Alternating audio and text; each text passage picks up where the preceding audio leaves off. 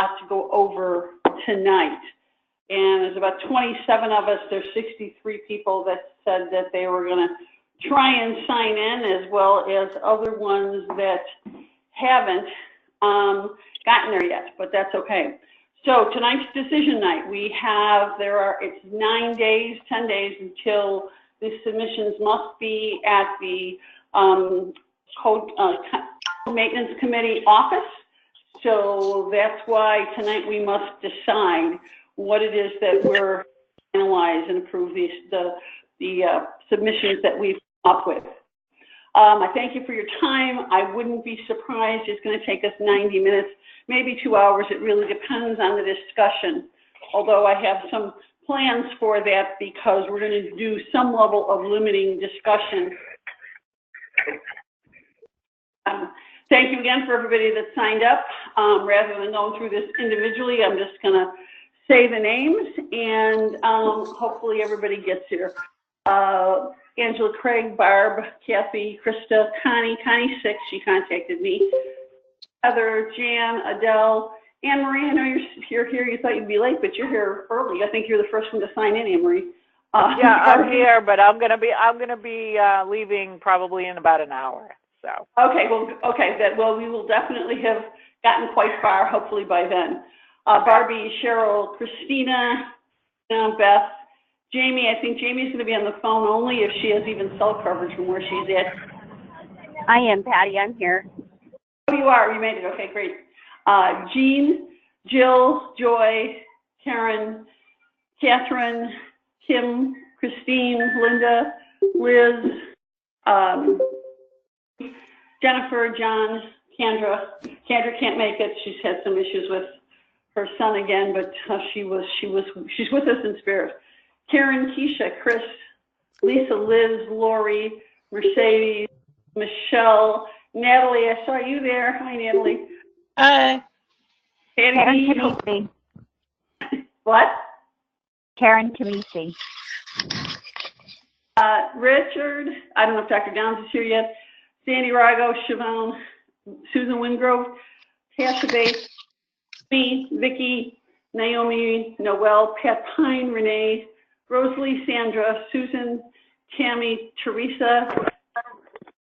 Those of you that confirmed with me today are Jeanette, Lisa, Val, Kim, and Tammy. Particularly thrilled that you're here, Tammy. I also see Teresa Shepard. I see you, Teresa.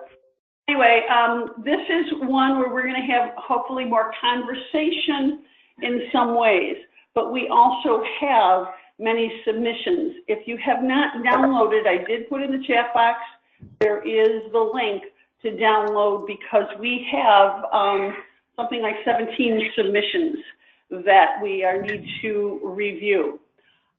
Before we go any farther, I want to make sure I announce Dr. John Kamisi, one of our DCM members, will be our facilitator for our mastermind session on Tuesday, 6th November at 8 p.m. Central.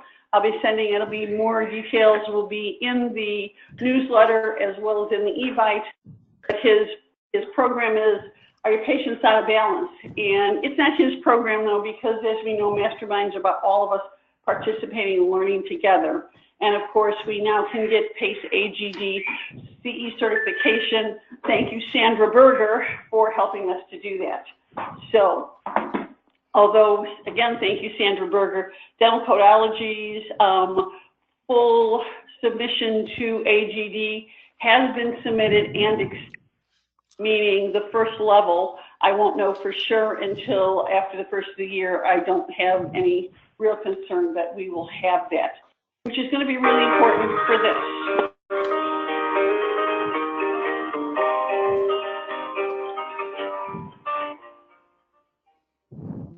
Taken us a little longer than expected to do our transition from the Dental Insurance Navigator to the Dental Codology Insurance Navigator, but that's because we've made it more robust, and it will be continuing education credits as well as the foundations for our full certification that will be coming soon. This first course, which is Introduction to Dental Insurance and Coding Foundations, Part 1, will be available on November 15th. Just as voice. We're working really hard on getting that completed. So we're in our countdown now. Today we, again, as I mentioned already, we are finalizing our submissions because they will be turned in. Now, as we talk about them, as you see them, you all have Kathy Forbes' name on them because we need to have one central person that if there's questions or whatever, will come to her. So it is our hope that we won't need too many changes after our meeting this evening because they all need to be finalized and submitted. We will not be having a DCC meeting in November. We will be having our next meeting on December 9th. And what that is to begin the review, because the way this process works, again, to remind the timeline, is all submissions need to be to the Code Maintenance Committee by November 1st so they can be processed. If they're, as long as they're correctly, they will be heard by the members, the 21-member panel of the Code Committee. That committee, and they actually get published and they're available online by December 1st. And what we want to do right away is to begin to review the process of what came in, because the goal has been from the beginning with this group and this committee to behave. If we were voting members on that committee, how would we vote on these various submissions that come in? This is not a hygiene group. This is not a assistance group. This is not a dentist group. Our group is a group that's looking for change and positive growth. Therefore, we are responsible for all code changes, not just those that we like ourselves. So, also, I hope that many of you can attend a meeting in Chicago on March 14th, 15th, 2019. As I've announced before, the way it's been running for the last several years is that it usually is taking only a single day, but for planning purposes and for the is for a 2-day meeting. We will talk more specifically about the who and the when, but this is why tonight's meeting is so very important, because if you can't be at that meeting, what's important is that we have whatever testimony that we might want to give at that moment to be part of our submissions. Having a presence there to support whatever submissions a group makes is key to passage. Not that it can't happen. I've seen over and over, if no one there to represent the submission, then those much done at all about them. So we're a team. There's been a whole bunch of people who've working really hard for the last couple of months. And of course, I'm always aided by the executive advisory team of Kathy Forbes, Linda Jorgensen, Paige Seaborg, Jill Grasmick, Noel Pashty. Sorry, Noel. That's a compliment. Thank you. And Patty Beeson. In addition, I want to call up, because I'm going to be calling on you, our work group leaders. Now that we had other work groups and we had other work group leaders, but we had chosen last time not to move forward with any other submissions other than by the 3 groups, the adjunctive codes, the implant codes, and then the preventive sections. That's where we have it. So these are the 3 group leaders that will be talking about what their group has come up with. Patty, this is Kathy Forbes. I got a phone call about a half hour ago from Howard, and he's in the middle of a delegates meeting and cannot break away because our House of Delegates is this weekend. So I'll give the update. So Kathy's going to give the update. Somehow that doesn't surprise me. Kathy. And and Howard did warn me that could happen. The work of we all do. So the committees, what I need to be clear on is the committees have done their work. The reason I'm saying that is if you haven't been involved in some of the processes to create, policy codes, procedures at all, it's easy to look, let's start nitpicking this apart. Guys, we're down, push is coming to shove now. We need to get these done, and the committees have worked really long and hard on their submissions. It's not that we aren't open, that there won't be openings and opportunities to make suggestions and even to reconsider specific wording. But at the same time, I can't see that any wholesale rewriting things is going to be appropriate at this time. Not that I'm closed to any of that, because one of the things about these processes is they get done over and over and over again. But these committees have met many times virtually and online together to come up with our submissions to date. We've also talked about them on this venue several times. Now, again, we're going to behave as if, and that is your vote is your voice, and that's both committee here, as well as I trust everybody will be voting in the election in the midterm election in 2 weeks, and encouraging as many other people to. I don't care how anybody votes, just your vote is important. So here's the flow, and this is an announcement because nobody knows how we're going to do this until I'm telling you right now. I'm going to ask each work group leader to introduce each code or a suite of codes. I'll get back to the suite idea in a second.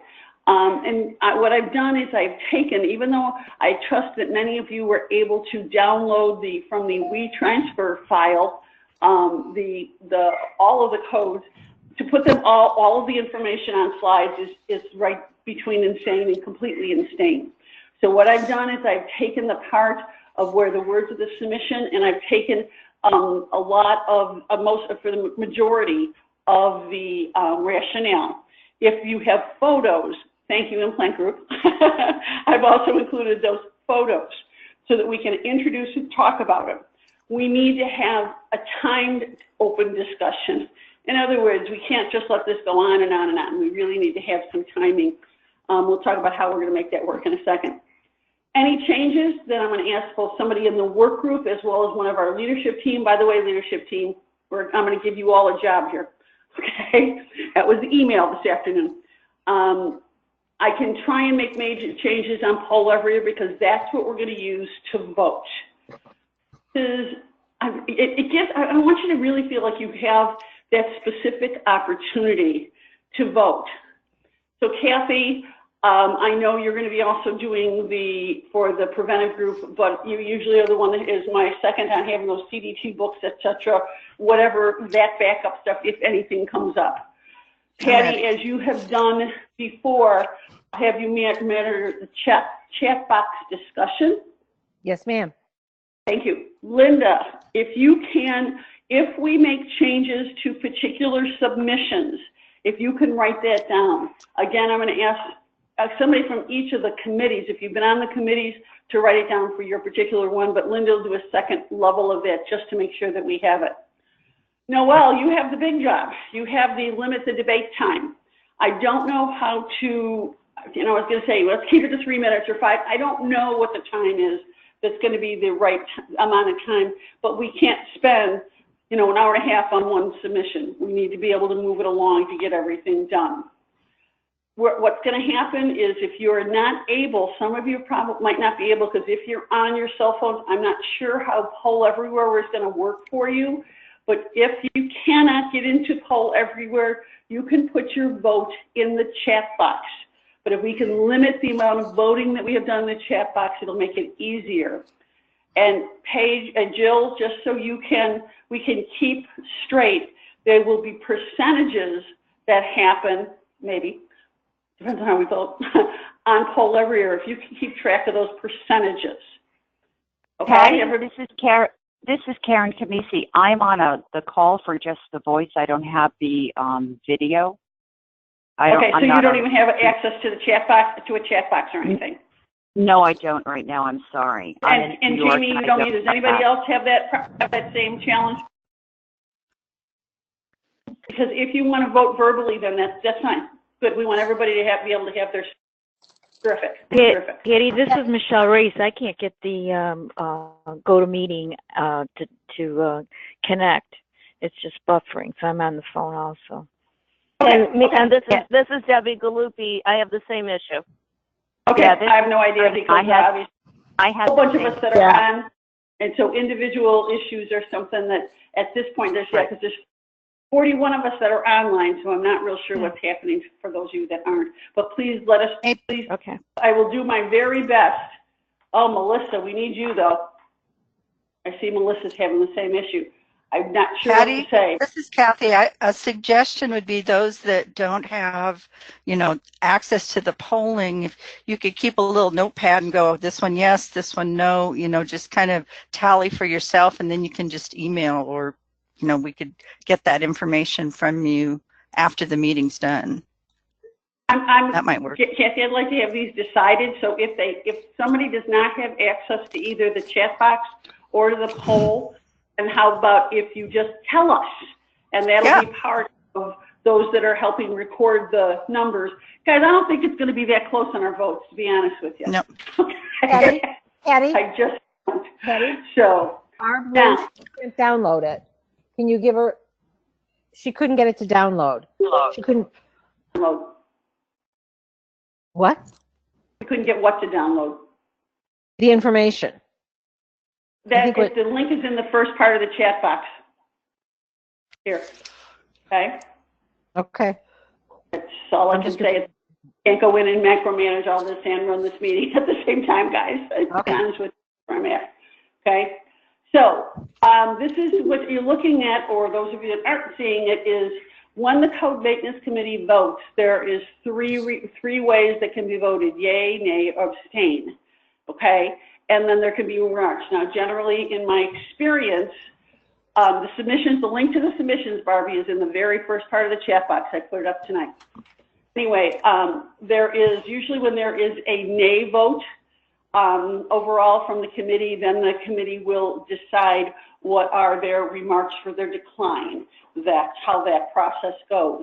So that's what I thought we would do for this meeting. And let's see how this is going to work, guys. Again, if you're using your phone, you may not be able to vote, so you can write it in the chat box. If you can't write it in the chat box or vote, then let us know when we get to that part. So what we're going to do is we're going to start by just seeing how this works. So if you've got your cell phone in hand, which I hope you do, or it's by you, what you do is you come up with a text screen and type in 22333. In the body of the text, you write the word gingivitis. We should know how to spell that.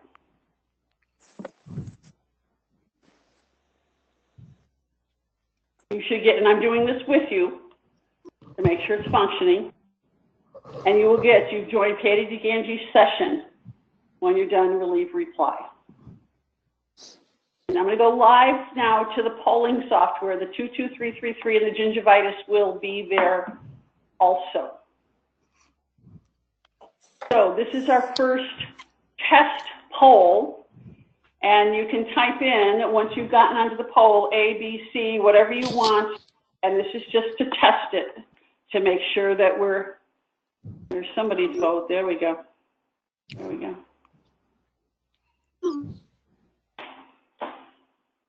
So far, 90% are voting yay and 8% are voting no.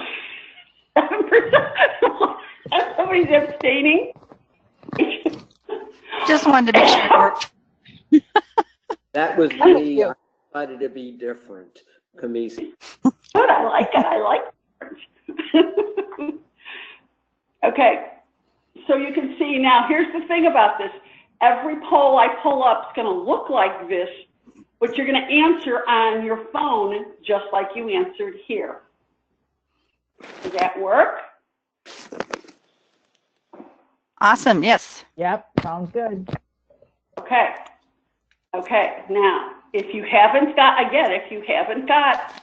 the poll everywhere, or whatever, type in the chat box. Patty, do we have anything in the chat box? No, I'm not seeing anything. Nope. I saw someone did a yes. Jean said yes. Susan Wingrove, Put test. John, John said he sees votes. Okay. Teresa Shepherd can't get the text up. Jill voted yes. It's just purely a text, whatever, that's somebody's individual phone. Yeah. Kamisi, what do you vote? Yay, nay, or abstain? We didn't vote on anything yet. Okay. You know what? Downs voted yes. Oh, well, then Karen we'll go back to Kamisi, I got the way we kicked off started the before, call. which is just who's before, who's against. Okay? So I'm going to start with Jeanette Miranda. You're here, right? Jeanette? Yes, I saw her on there. I did too. Yes, I'm here. I was just Okay. trying to find my unmute button. You put, okay, I just had a question from Janet. Again, the way this works is it's 2233 is who you dial to. In the body, you put gingivitis. Once you're welcome to the poll, then you can put in the letter that matches. We're off of that now. Okay? Submissions are not. Chat submissions link is on the very first post in the chat box. I put the link to the WeTransfer. Okay, so let's go. So with our first one, Jeanette Miranda was the team leader for our work group. The members of her committee included Lisa Shepard, Rhoda Blikas, Jamie Collins, and Patty Beeson was their advisor. Now, let me introduce an idea called a suite of codes. And this happens frequently on when things come before the coding committee. And that is that there are codes that are related to one another. And so they treat them as a suite. In other words, the argumentation and the presentation on them all together. They sometimes will even vote in a suite of codes, which is probably what we're going to do with this one. So if you haven't got the codes, what I'm doing is I'm going to put them up there. This is 72, this is a revised, it's asked to revise 4 codes. Revision are to mostly take, well, you know what, Jeanette, why don't you talk about what your committee came up with and how you came up with as I look over the slides. Sure. Actually, it was a suggestion from you all that we stick with that we change the bleaching to whitening, which we thought was great, and I just filled in the correct words, and Kathy came up with some excellent verbiage. And so I think this is, pray, this is going to be a slam dunk for us. If you look at the 99, the D9972, we're exchanging external bleaching with external whitening for your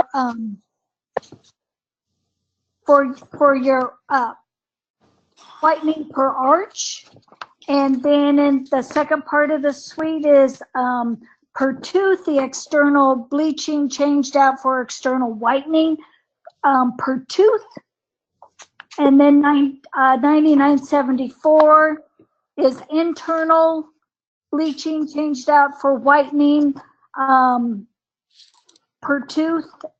And then the 9975 is the external bleaching changed to whitening per arch, materials and fabrication, making the custom trays.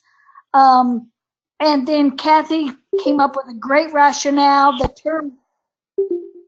The term bleach is limiting since it implies a chemical, typically a solution of sodium hypochlorite or hydrogen peroxide used to whiten or sterilize. It is also considered a caustic and often harmful product. The term whitening is a more current and lends itself to products which may not contain defined bleach products. So I honestly, Patty and the rest of the group, I don't see what they can find wrong with this unless they're just being totally contrary. Okay, does anybody have any comments on this? On any of these 4 submissions? Well, I agree completely. This is Karen Kamisi. The other committee, interestingly, just did a Google of the word whitening, and every term on there is referring to tooth whitening. So Right. This may rather easily for you. Yeah, it's a better terminology to be used anyway. If you can identify who you are when you're... I have a question. Renee Johnson, just wondering if in root canal therapy they do tooth bleaching. Is there a different code for that then? because they bleach the internal, sometimes I mean, I don't know if that's old school or not, but I know that's what we used to do in office, was to No. bleach the internal chamber of the root canal. Yeah, no, we still do that, but it can be considered whitening. Yeah, Yes. John? Perfect. What's up on the screen, this is John Camisa, this is what's up on the screen right now, the 9974 is Right. internal bleaching per tooth, and that's the same procedure. So internal whitening can be done in that aspect. Correct. Great, thank you.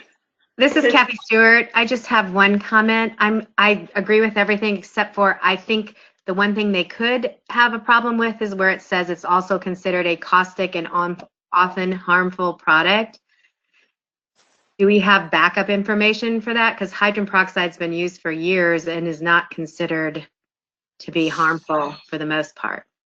Well, I think it's a free radical, which is an issue in today's world. John? Yes. I'm waiting for your comments. The aspect is that the concentration of the bleaching products is always the issue of caustic nature. Most of the whitening products today are within a certain percentage that has been deemed to be effective and safe, but something over 32 to 35% hydrogen peroxide can be very caustic. So I think that's the issue that you might have to contend with there. Richard Downs is online. He seems to be typing something. Yeah, please say it. Okay. What I'm saying is a lot of talk on TV talk about whitening when they're only surface scrubbing off stains. We're talking about internal whitening and in down into the enamel. So I personally think bleaching is a better term to describe what we're doing here. Can somebody look up those terms in the glossary? ADA has a glossary.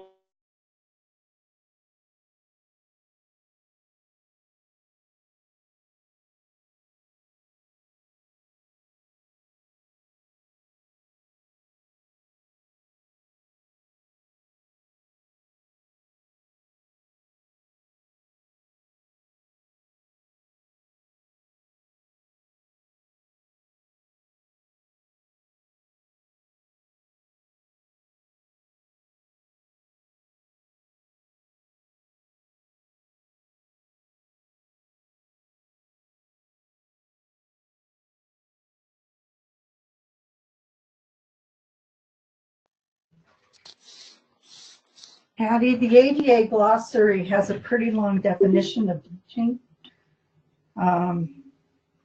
Process Is of there whitening. anything on whitening? I'm sorry, Patty? Is there anything on whitening? Yes. Well, wait, let me look. I was just looking at bleaching. Hang on, I'm flipping quickly. You're Whitening looking. is not in the glossary, only bleaching is. Only bleaching. Tammy Flipiak, does ADHA have any policy or any language on whitening or bleaching? I mean, And I'm going to ask we have Natalie from ADAA. Yeah, we have a broad policy, Patty, on evidence-based practice type things. So, I mean, I'm not at liberty right now to say yay or nay, depending on how this would be interpreted.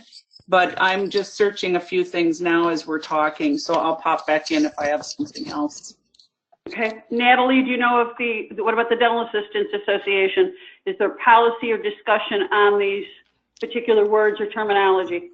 Not regarding the substitution of one for the other, but we do have a policy on bleaching, and that it should only be done by dental professionals and not at those mall kiosks. Okay. Okay. Patty, John Camisi here. Yep.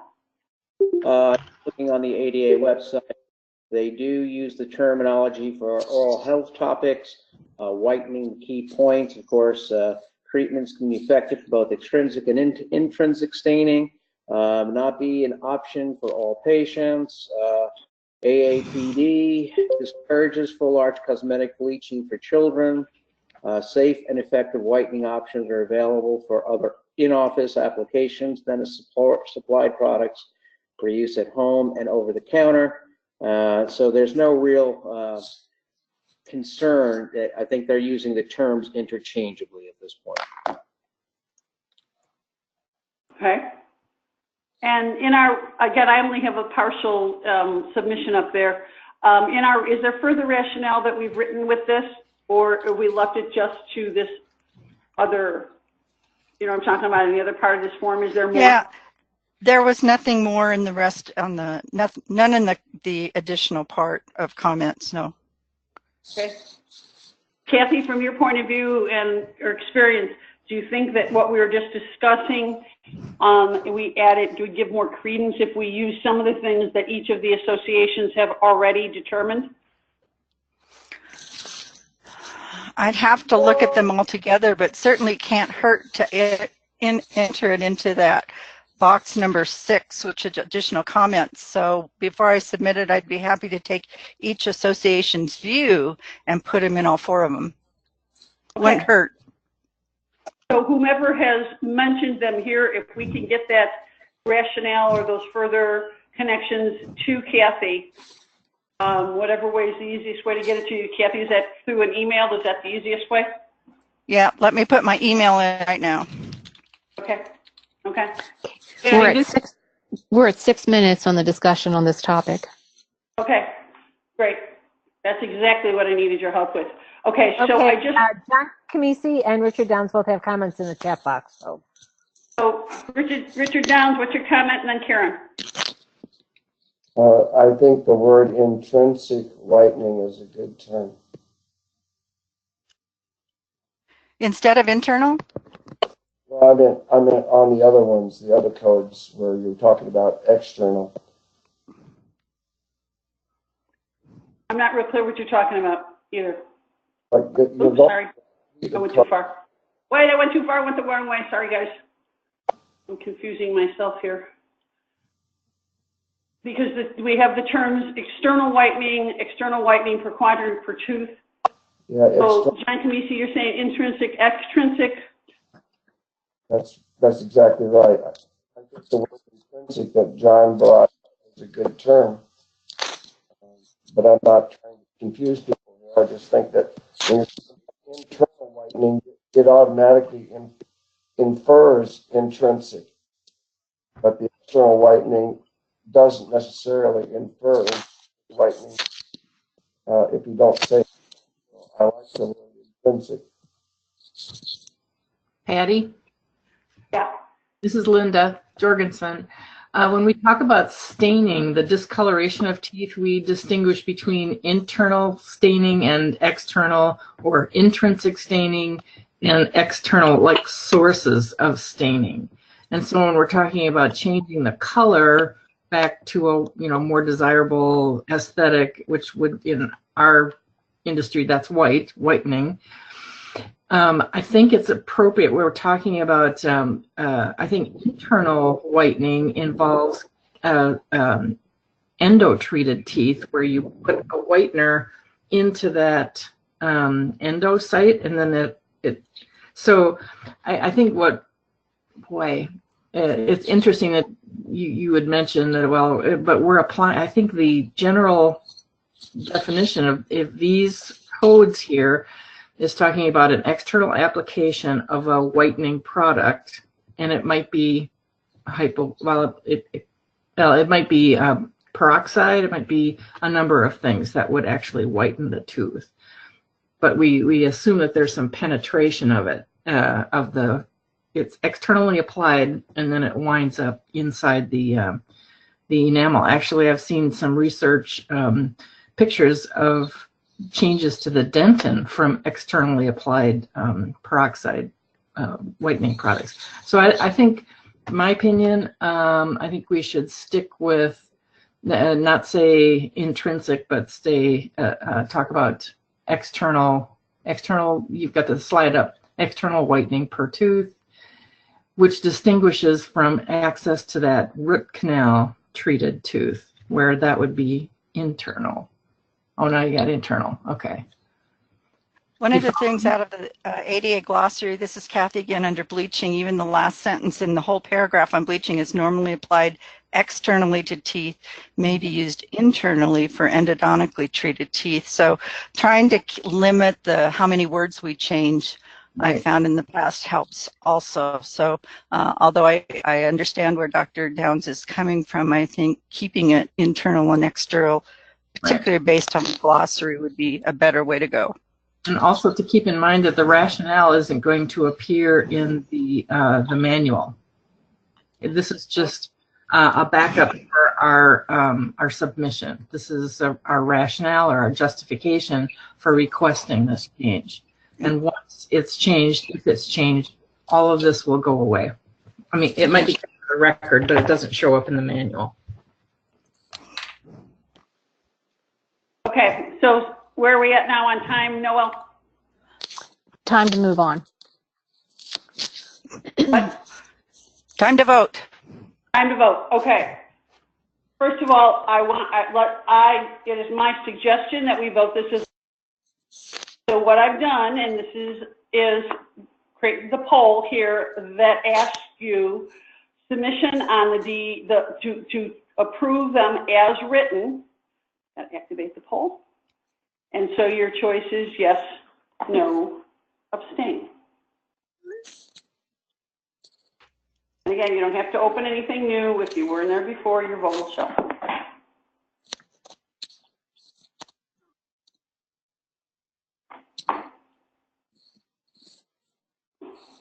And on this particular slide, I can't tell you how many people have voted. All I can say, we only see the percentages on here.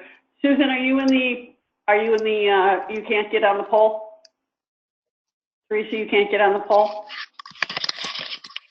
I can't seem to get on the to all part. I put it in the chat box. I'm on the meeting though on the computer. You missed the part about actually being on a poll. Go to a chat. Oh, no, I listened to it, but at that point I couldn't get into the meeting. Finally, I got into the go-to meeting, but. Okay, well, if you want to text, what we're doing is we're texting our answers to this through a poll everywhere. Yeah, I can't seem to get on the phone for that part. Okay. Can I just put it in the chat box? Susan, I'll call you using my personal cell. Collins, and I know Karen can't get on either one. So what's your vote here? Yay, nay, or abstain? Mine's yes. Karen? Susan Wingrove, yes. Okay. So anybody else? Jamie? So it looks like we have 86% of those that voted said yay. So our suite of codes for these submissions pass in the way that they're written. So thank you, everybody. Patty? So next, Melissa. Yes, go ahead. I was going to say, Jill and Janet Jordan said yes as well. Okay. How do you know your texts aren't going through, Janet? Are you getting the message back? And if you are, just send just write it in the chat box. Okay, Melissa Abranco, have you been able to get on? Yes, I'm on. Oh, good. I know you went in and out a couple of... But my texts aren't going through. Yeah. It keeps saying my so text is here's what we're going to do. Suite of codes that were put together by our implant work group. And with these, we have 1 revision and 3 new codes. We also think strongly that these will work. Now, the way I'm going to bring these up, and Melissa, just so you know, is on submission name, and then I put your photo. So if you want to work us through how your committee came up with these 4 codes, then we can decide how we want to vote on them. Okay, but we can discuss each of them separately or together, whatever you think is the better way. But let's first review for everybody what each of these codes are.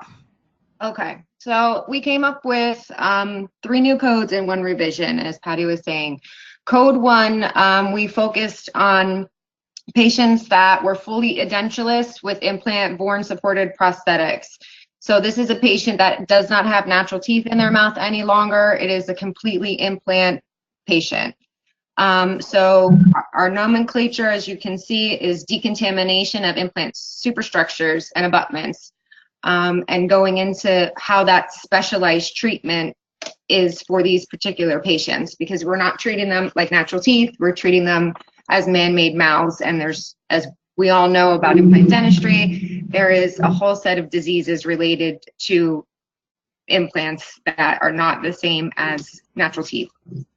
So since we are currently not using codes for these patients when the prosthetics don't come out, that's generally what we were thinking of with this code, is that we're going to utilize this on the interim times that we see these patients when the prosthetic is not being removed, like when in the case of the 6080 code, when the complete prosthetic is taken out. So in what we had shared within the group is that in our personal experiences treating these types of patients, you know, they get dismantled about once a year by the doctor and decontaminated, where the 6080 comes into play.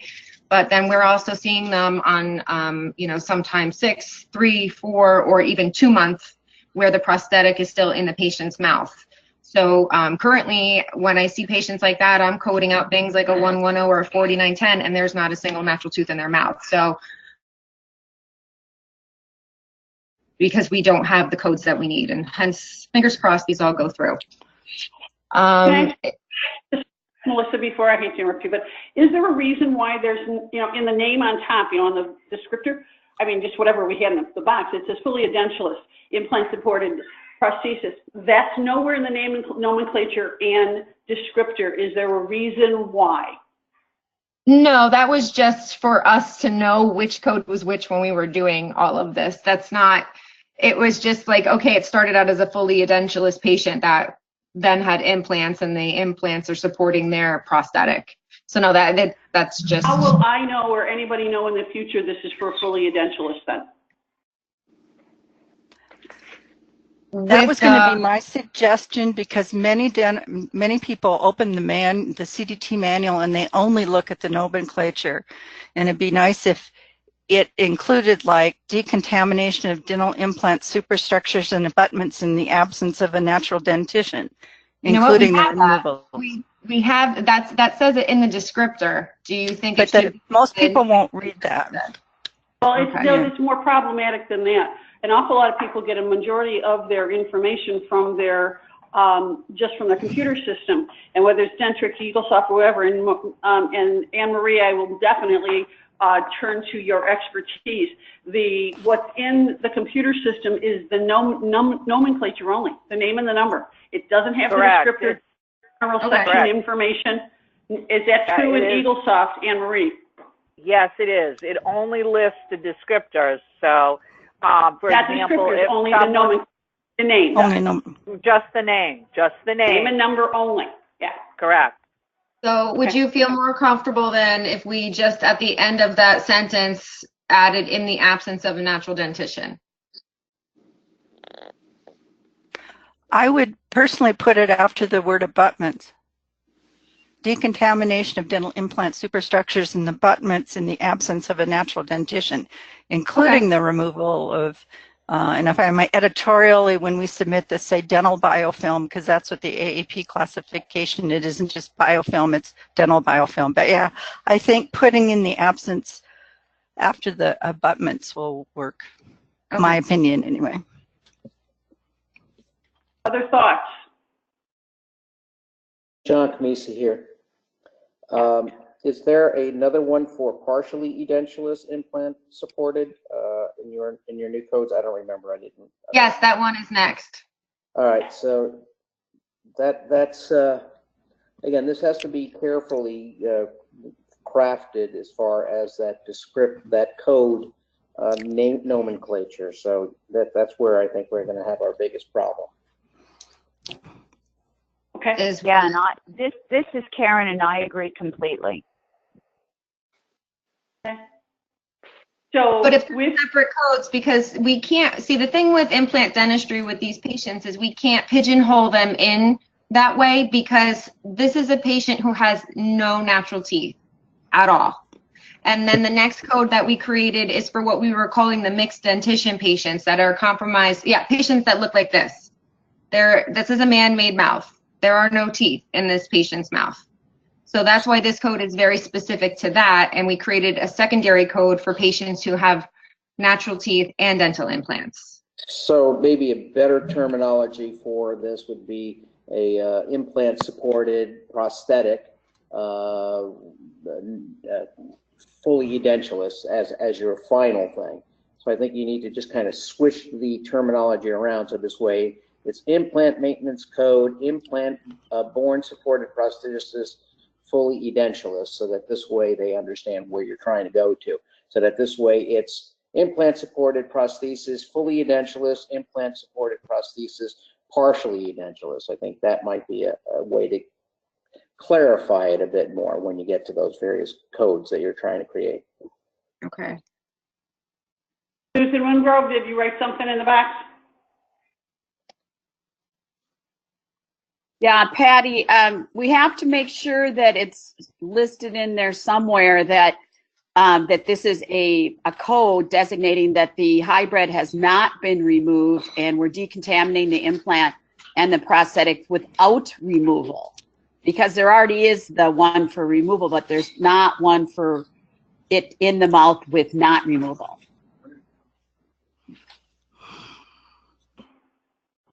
Melissa? That's not a problem. We can add that in there. I don't see that as a problem at all. Okay. Okay. So what we have, and again, what I'm showing you here too, this is where this committee has done some really great work in the submissions. They have all these photos and information to support. So this one then is.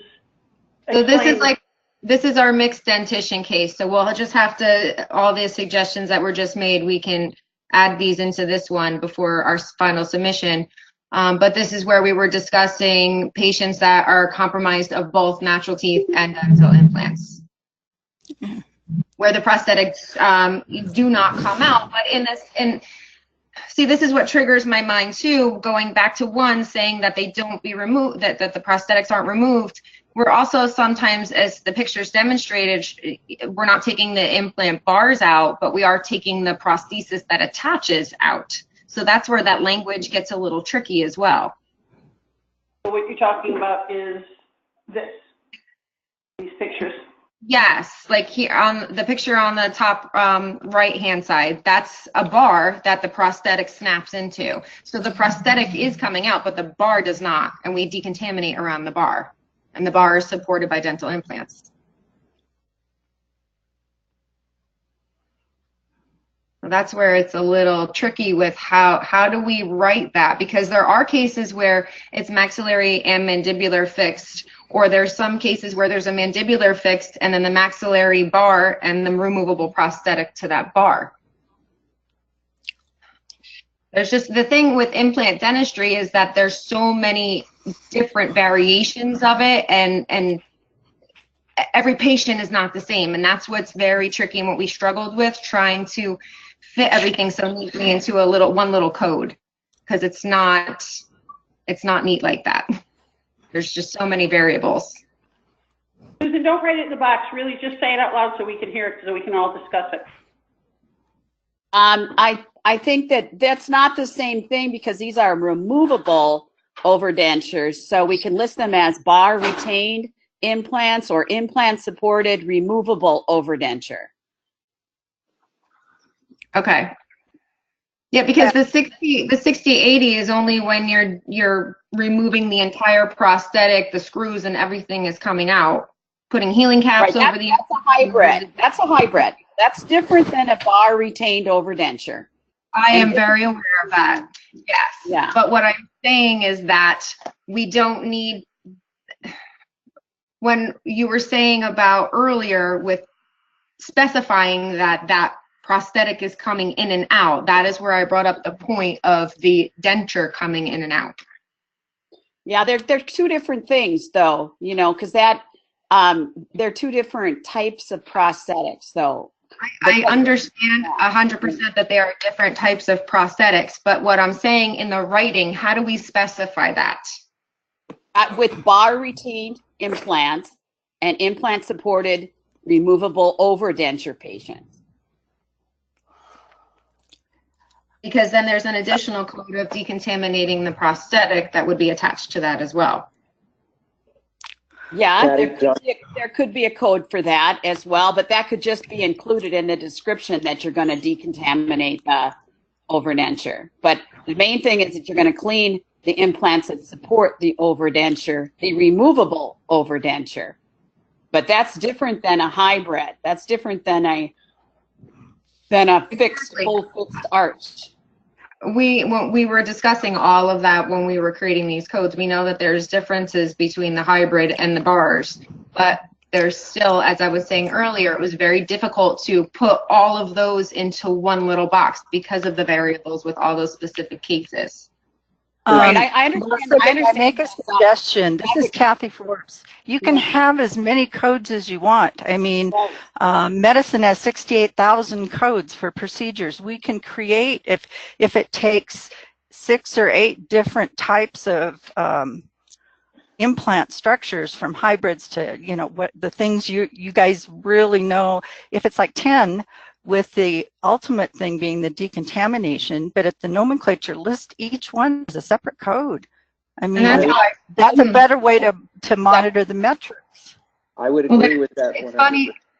It's funny that you say that, because that's how I started this, and we were told not to do that. So now we're coming. No, you can make as many. No, you can make as many as you want. Okay. The reality is that if you don't have a specific code for each specific procedure, it gets very, very challenging because the insurance companies can start to micromanage it in the wrong way.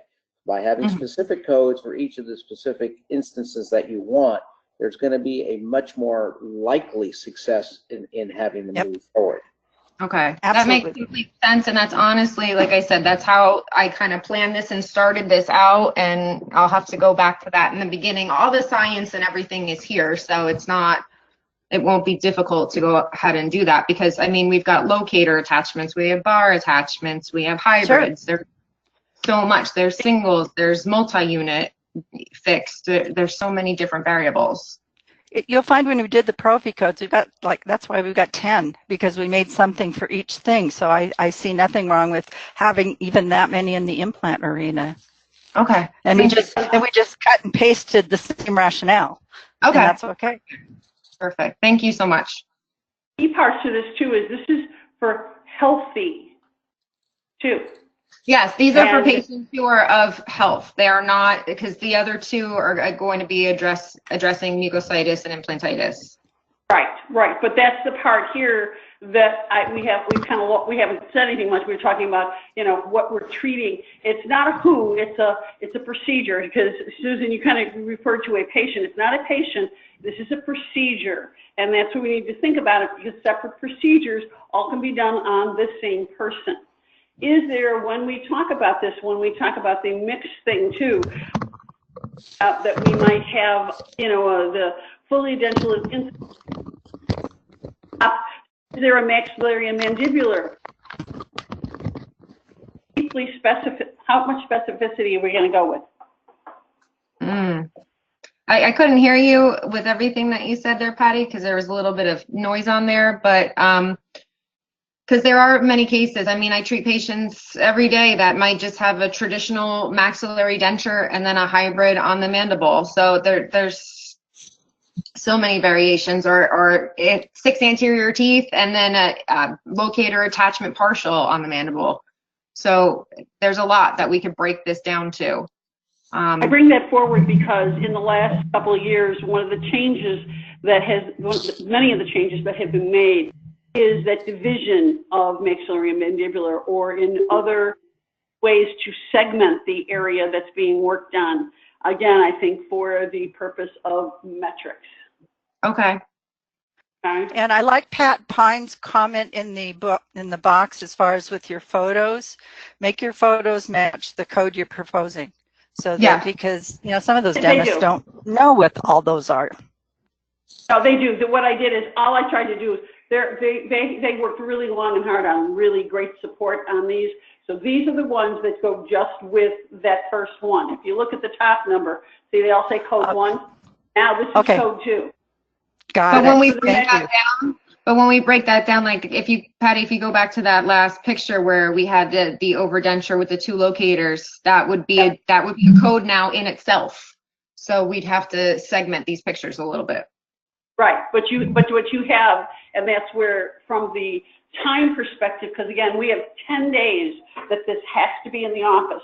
So this has to be done very quickly, but as Kathy pointed out, or has already been said, all the work of the support is there. Okay. So it's That's just awesome, because I have nothing else to do this week. On a single person. That's why we have a committee, and that's why there's a committee. I'm just joking. All. So don't take it on as an individual project. And I ask that of any of you. Don't take anything on as an individual project, particularly if you don't have time to do it. There's whole bunches of us. I sent a note out to the 6 people that are supporting me just to do this meeting tonight. Okay, it's about this is the power of team, and this is where we'll get farther when we work together and support each other. So, whatever help is needed, or if you can't do it at all, then somebody else can take it over, and you have a full committee. I'll reach out to my team when we're done, and I will see what we can all take on. Okay, terrific. Talk about this one more then. Okay, so this is we were just giving examples of when you have implants mixed with natural teeth, and how those patients need to be addressed in their own sense. So we were terming them the mixed implant and natural dentition patients. So we just don't have a code for this either. Then moving on to code 3, there were, that's the revision of the, actually should be the 6081. It's incorrect up there. Minor changes that we made in this is, we actually kind of modeled this after scaling and root planing. And we kind of took the nomenclature from there. But the biggest thing, the biggest changes we made were just like the 1 to 3, which we, like I said, we modeled from the SRP codes. And that you can do this in conjunction with other procedures, because in the reality of private practice, finding something, especially if it's a mucositis or even worse, implantitis, we want to jump on that immediately. And to have the patient have to reschedule, come back for something that we can start right there while they're in our chair is not practical. So that's really the biggest change that we saw here, is that we wanted to be able to get that, have that first response, decontaminate and start the process so we can get this patient healthy and hopefully prevent it from progressing further. I think this is a huge improvement, and you've done a great job with this one. Thank you, Noelle. I really liked it. Yes. Yeah, this is good. This is really good. The limiting language definitely needs to go. That's something that's new, that's only come in the last couple of years, when they start adding this limiting language. And I'm not sure I even have seen, and Kathy, I don't know if you have seen any rationale or any reason why it was done. And I don't remember the argumentation. I can look back on my notes from being at the meetings, but it's problematic anytime we start saying we can do this and you can't do that during an appointment. If I remember right, I think it had to do with the insurance industry. I think they were the ones that started putting that limiting language in. Okay.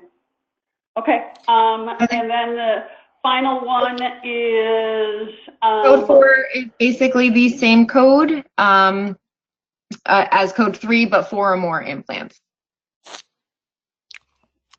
Again, following the same as that we have in the scaling and plane. Is that what you're saying? Yeah.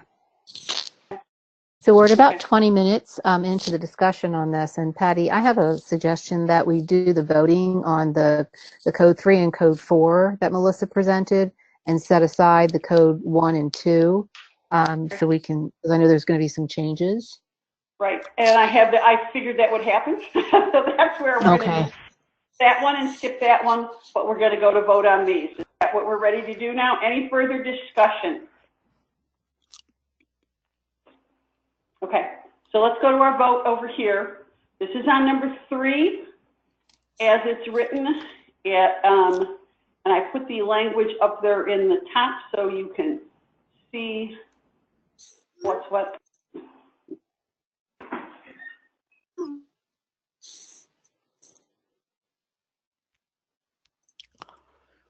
Aaron, Jamie, your vote, any thoughts? Since you don't have anybody else that doesn't have access everywhere.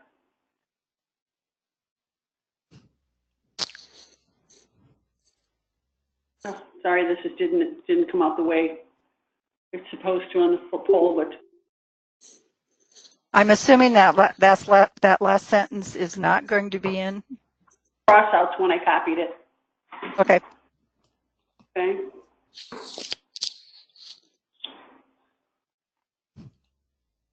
Okay.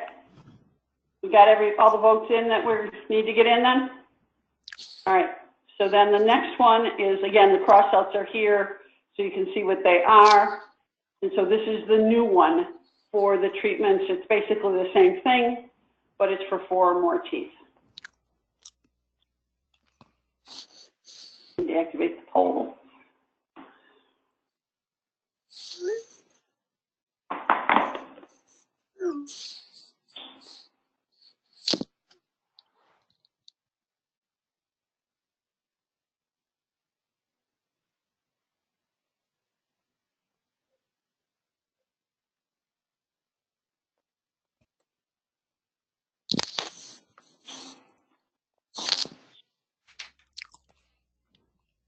Okay. Votes. That wanted to vote, have we all voted? It looks like we are in complete of the revision as well as the new one to match the revision. And then the other ones, well, this is where I need the input of the group. How do you feel about, how am I going to help you to see them? Do you want me, once they're rewritten, we won't have time to even do a SurveyMonkey or anything else to have the group look at these, the additional, what might be 5 or 8 more. So what does the group want to do about that? This is Noelle. What I would suggest is that because Kathy is such a great wordsmither and really knows the process so well, that once the committee comes back, that Kathy could tweak them to make sure they're in alignment. Okay. And is the rest of the committee? That was going to be my suggestion, is that they'll come up with the different scenarios. I think we can look at their rationale and the descriptor without the specific combinations and say, yes, we agree with the decontamination statement and the descriptor that goes along with it, and then just recognize that we're going to have more than one based on the specific architecture that's in the mouth. So do you want me to go back to those screens then and look at those further? Is that what we're? No, I think letting the committee do their work and then getting it back to Kathy would be the best thing. And here's the great thing about this is that the more work we do on the upfront now, the better off we'll be before providing testimony and not scrambling at the last minute. Yep. I'm actually very happy that we're going to go back to this because, as I said, that was kind of how even Patty, going back to that initial email I had sent you, I had it kind of like a la carte and broke every single different patient down. So I kind of already have the outline there and we have all the science, like I said. So it's just kind of moving pictures around and cutting and pasting and changing a few words. I do have time to work on it tomorrow. So Kathy, when I get some things done, I will email them directly to you. That's fine. All right, That's great. fine. Any other comments, Melissa? In the chat box of anybody that's not saying anything out loud? But yeah, Lucy said something. Melissa, if you'd like to see that, about 1 and 2 is being done per arch. We also discussed doing per arch. I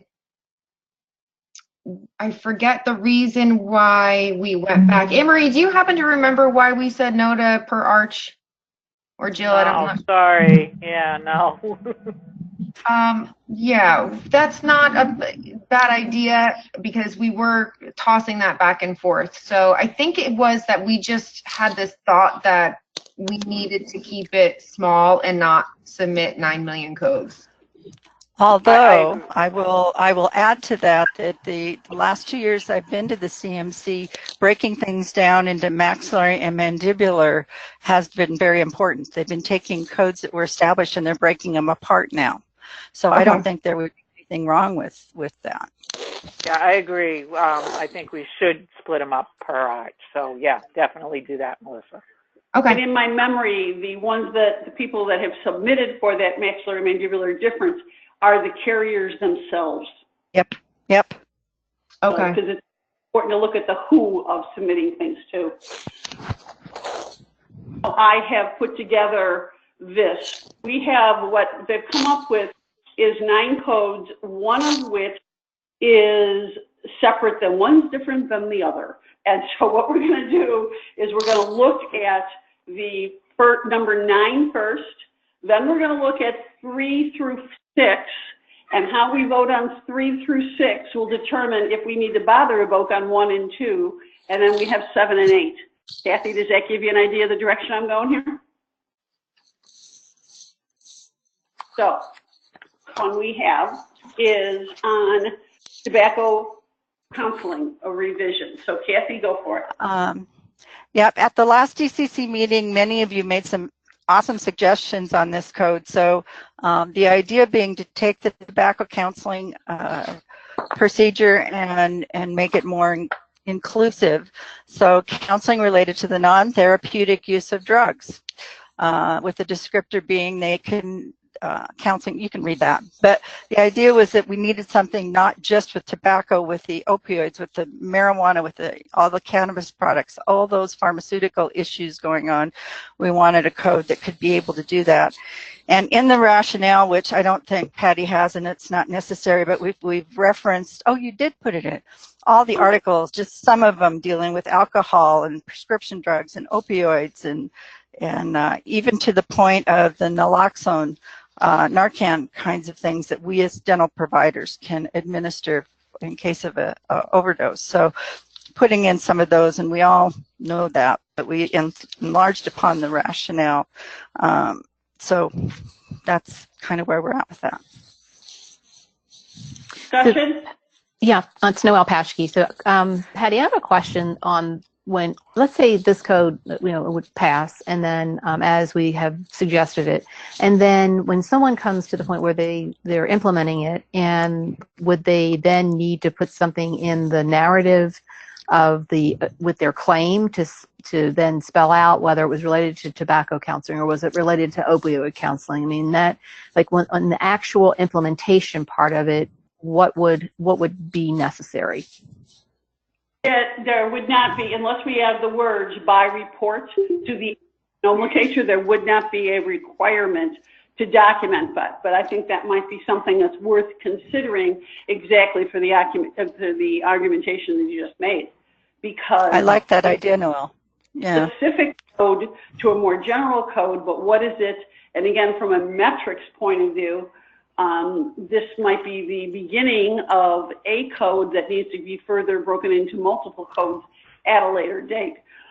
But at this point in time, this would not be anything required other than by basic documentation requirements or suggestions, and I'm going to say so many things here, but from a coding perspective, unless the words by report are at the end of the nomenclature, there will be no requirement. Yeah, I think that's a good idea. I do. Thoughts by other people? Hey, Patty, this is Tammy. I think this is one that, the ADHA team will talk more about. We have a specific policy on tobacco-free environments, but we also have a policy that talks about advocating for collaboration with organizations to identify, promote, and utilize available substance abuse and addiction resources and programs. So I would suspect that our ADHA team will look at this one as they prepare for the meeting. Tammy, could you send me what that policy is, because I'd be happy to include that in here. Well, in the comment section. Yeah. What ADHA policy is. So my follow-up to this meeting will be to share the notes that I'm taking here on the ones that specifically relate to our policy. So I'll connect with Michelle, and then we'll connect with you as needed too, Kathy. Okay. Super, thanks. If I might just kind of go down a sidetrack here, my plan, if all things work out, is to ship this off, all of these off to ADHA a week from Monday. I found that the staff members that I work with like getting it before November 1st, and if the sooner we did really well getting them in sooner rather than later. So my timeline, unless something drastic happens, is to send these off on the week from Monday. Yeah, and I just know with the travel schedule, because a number of us are heading out, so I think it'll probably end up working like last year, where once they come reviewed, then the team will review everything and get back to this group and say these are the ones we're supporting at the meeting, which is I think what happened last year and when I was there as well. Okay. All right. I just saw something I think that Richard wrote in the comment box. I think is there a time element that also is important here? Because what I think I saw somebody else say too, something about motivational interviewing. There are already codes that exist for motivational interviewing in the 9000 series, the chapter that I wrote in for the companion. And one of the things about like behavior management by report, which I think is 9630. I hate saying numbers out loud because I don't remember. Don't write that down in case that's not the right number. But it's behavior management by report. And then in the descriptor, it says reported in 15-minute increments.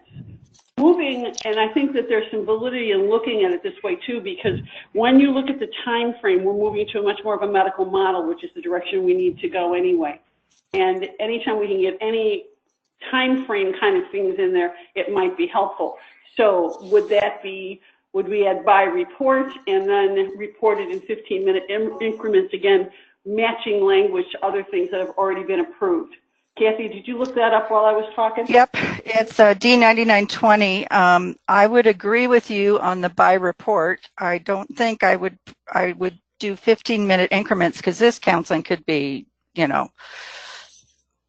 prohibitive in terms of if we did it in 15 minutes. I think by report will be enough at this point in time, and then plan to expand upon that down the road. Okay. Anybody with any other thoughts on the time frame part?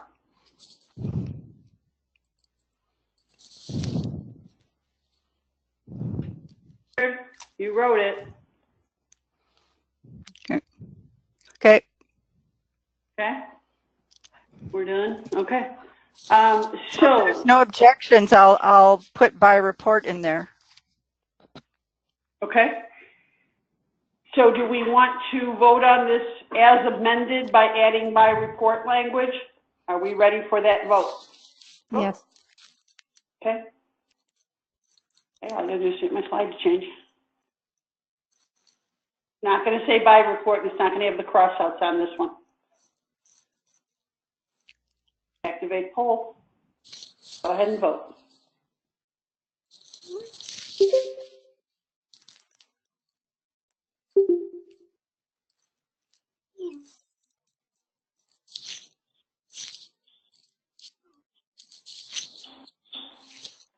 Getting the votes into the chat box. Jamie, anybody else that wants to put their vote in? There's 2 yes votes in the chat box.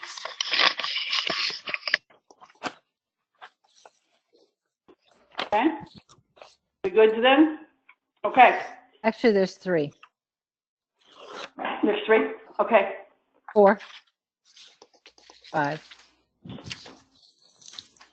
All right, so Kathy, you want to explain what I did here, just so you know what I did, Kathy, is here's the 4 levels of prophylaxis. I did it there, and then I put them down, and because they have, this rationale is pretty much the same for 3 of them, correct? Right.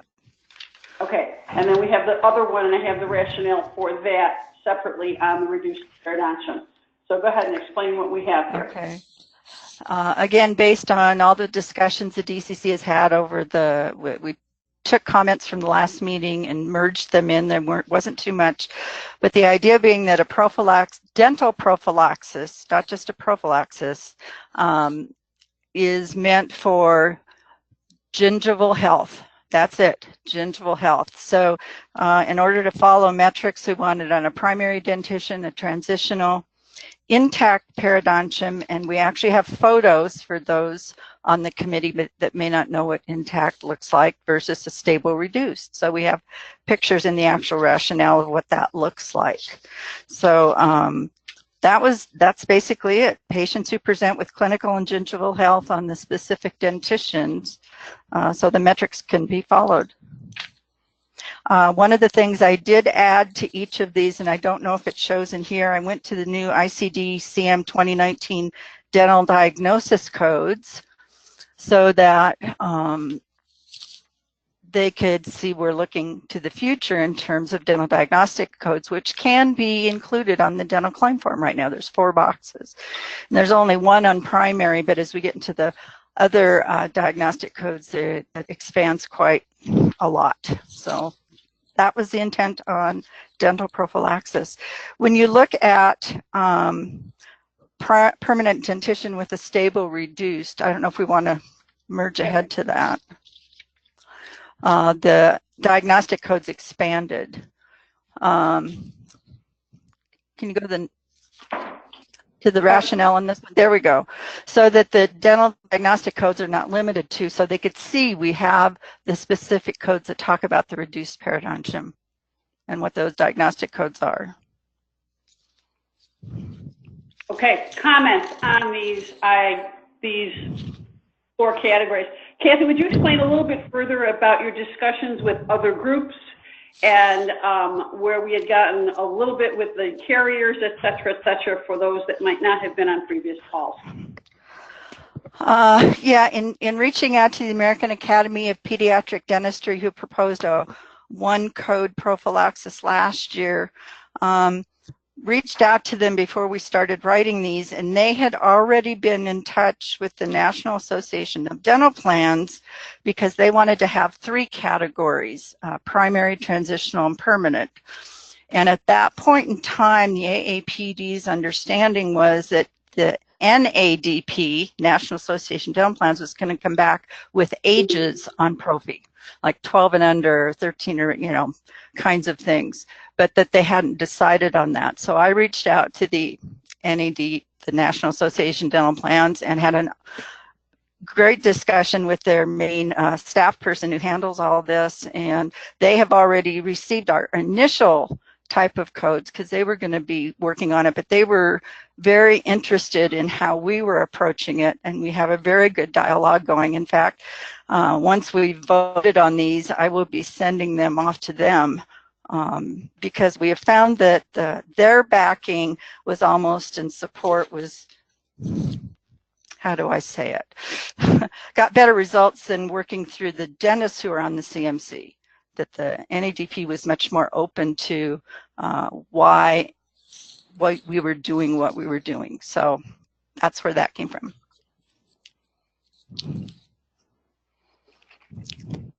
On this, everybody.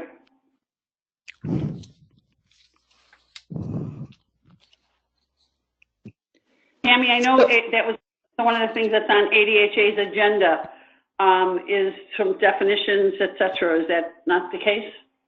That is. I was just going off mute when you said that, Patty. So yes, President Behrman has put together a work group on that, and they are in fact working on that, but we, won't have that work done to meet these timelines.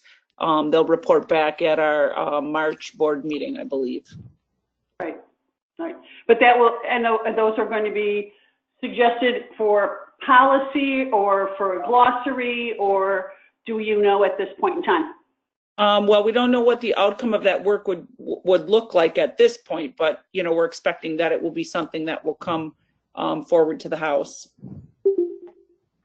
Natalie, anything from the assistants and that is working on any of these things or discussion of any of these things from a policy perspective? No discussion at this time.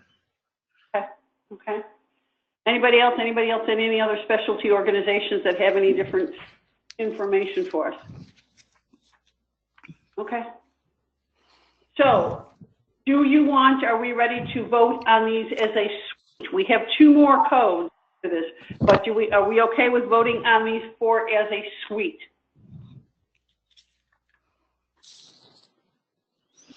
Yes. Okay. Here we go. Activate the poll.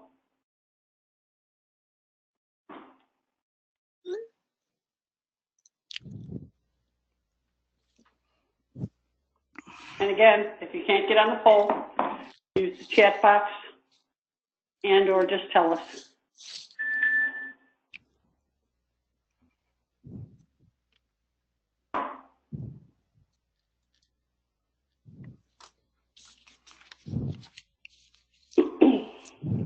Okay, there's 7 yeses in the chat box. Okay. That's me. Just Patty, put those into the group thing because that's what Jill is trying to help us keep track of these percentages. And I mean, I don't think that we have anything where it's, this is not, we're not electing anybody. But it's still nice to know. I mean, everybody's vote counts. That's the important part. The important part. Patty, this is Jamie. I vote yes. Thank you, Jamie. Thank you. Karen? Yes, no, abstain. So what I did with these, I don't think we need to necessarily vote on the deletion of these 2, but this, from a committee perspective, when we are obviously replacing, because we want to remove these 2, we're not going to add those 4 new ones, plus still have these. So there's no reason for a vote on these if we voted in the affirmative on the other, correct? Correct.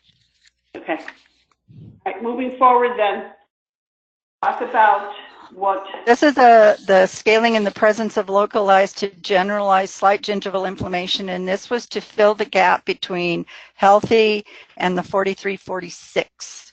So the language is very similar to what they've already approved.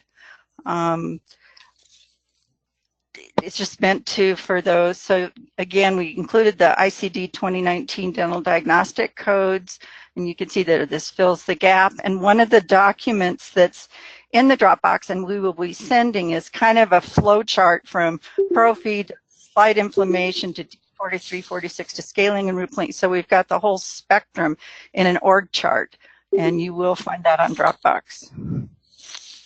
Okay. And there are photos that go along with this. Yeah. Comment? Again, no clinical attachment loss. So since this is the, let's say we'll call it the sister code to 4346, yes. And with 4346, there's definitions related to AAP's definition of what moderate to severe gingivitis is, about the 30%. Do you think this needs to have still any... is included in the new classification. I'm sorry, say it again. Those still carry over into the new classification that came out in June. Right, the 30%, right? Mm-hmm. Yep. Okay. So in your opinion, do you think that we need to have a percentage that is like between like the bookends of not healthy to 29%, or is that getting too much minutia? I think it's too much minutia, and there's no percentage listed on the 4346. It's only the AAP definition yes. Is who's defining it. Okay, got it. Okay, all right. So this is 1 to 29% though, basically. Yeah, basically that's what this is. Yeah, essentially it is, right. So all of these other codes we've been talking about with the primary, the mixed, or the transitional, and the permanent, and the prophylaxis, essentially we're saying they are all healthy mouth procedures. Right. In fact, a lot of children will be this new slight gingival inflammation procedure. So then what, again, what would be... All of our are how many 0% healthy people are on this call? Yeah. Well, I mean, in some ways... Not me. Yeah, none, thank you, Tasha. I mean, so this is interesting where, you know, what we're trying to accomplish here and where the discussion will go, and it'll be interesting. Now, there was, again, Patty, comments in chat box, guys, I can't monitor chat. Let's talk.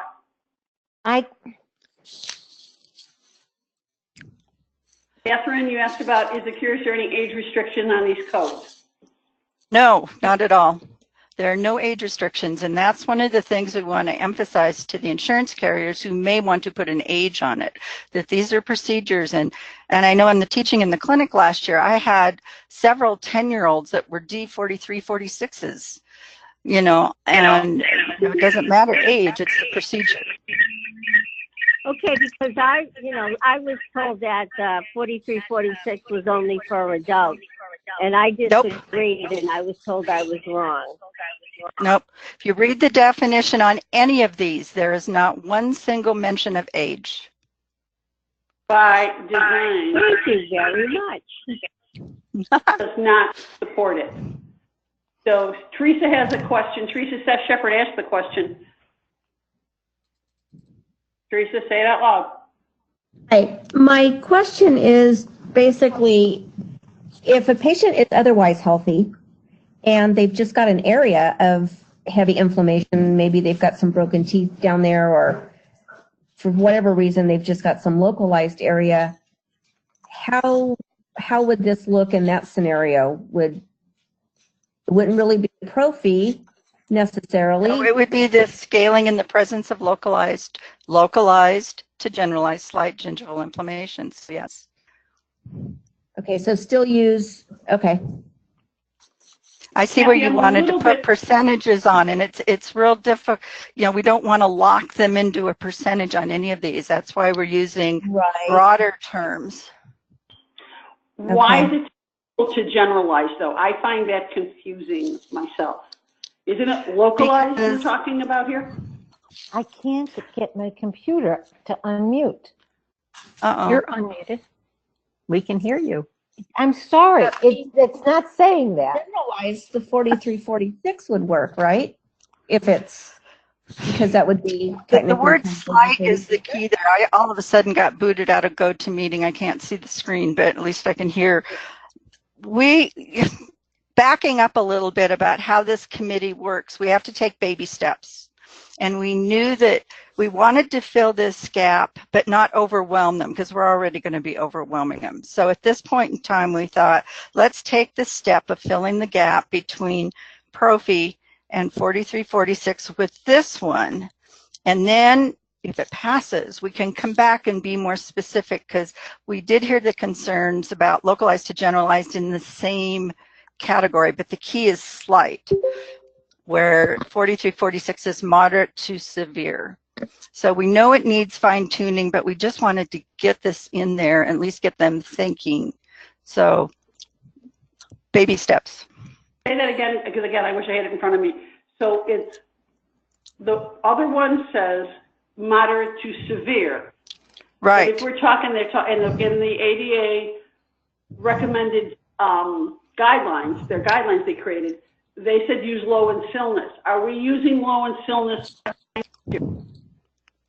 Yes. Whatever they choose to use. The thing is, can you hear me? Because I don't have my screen up. Hello? Yes, we can hear you. You can hear me, okay. The idea being that even the 43, 46 definition is not ideal now that we've been using it, but we wanted to fill the gap, and then thinking for the next session, take those two codes. If it passes, we'll think positively and refine it to more match what the new classification guidelines will be. So it's not ideal, but we wanted something in there.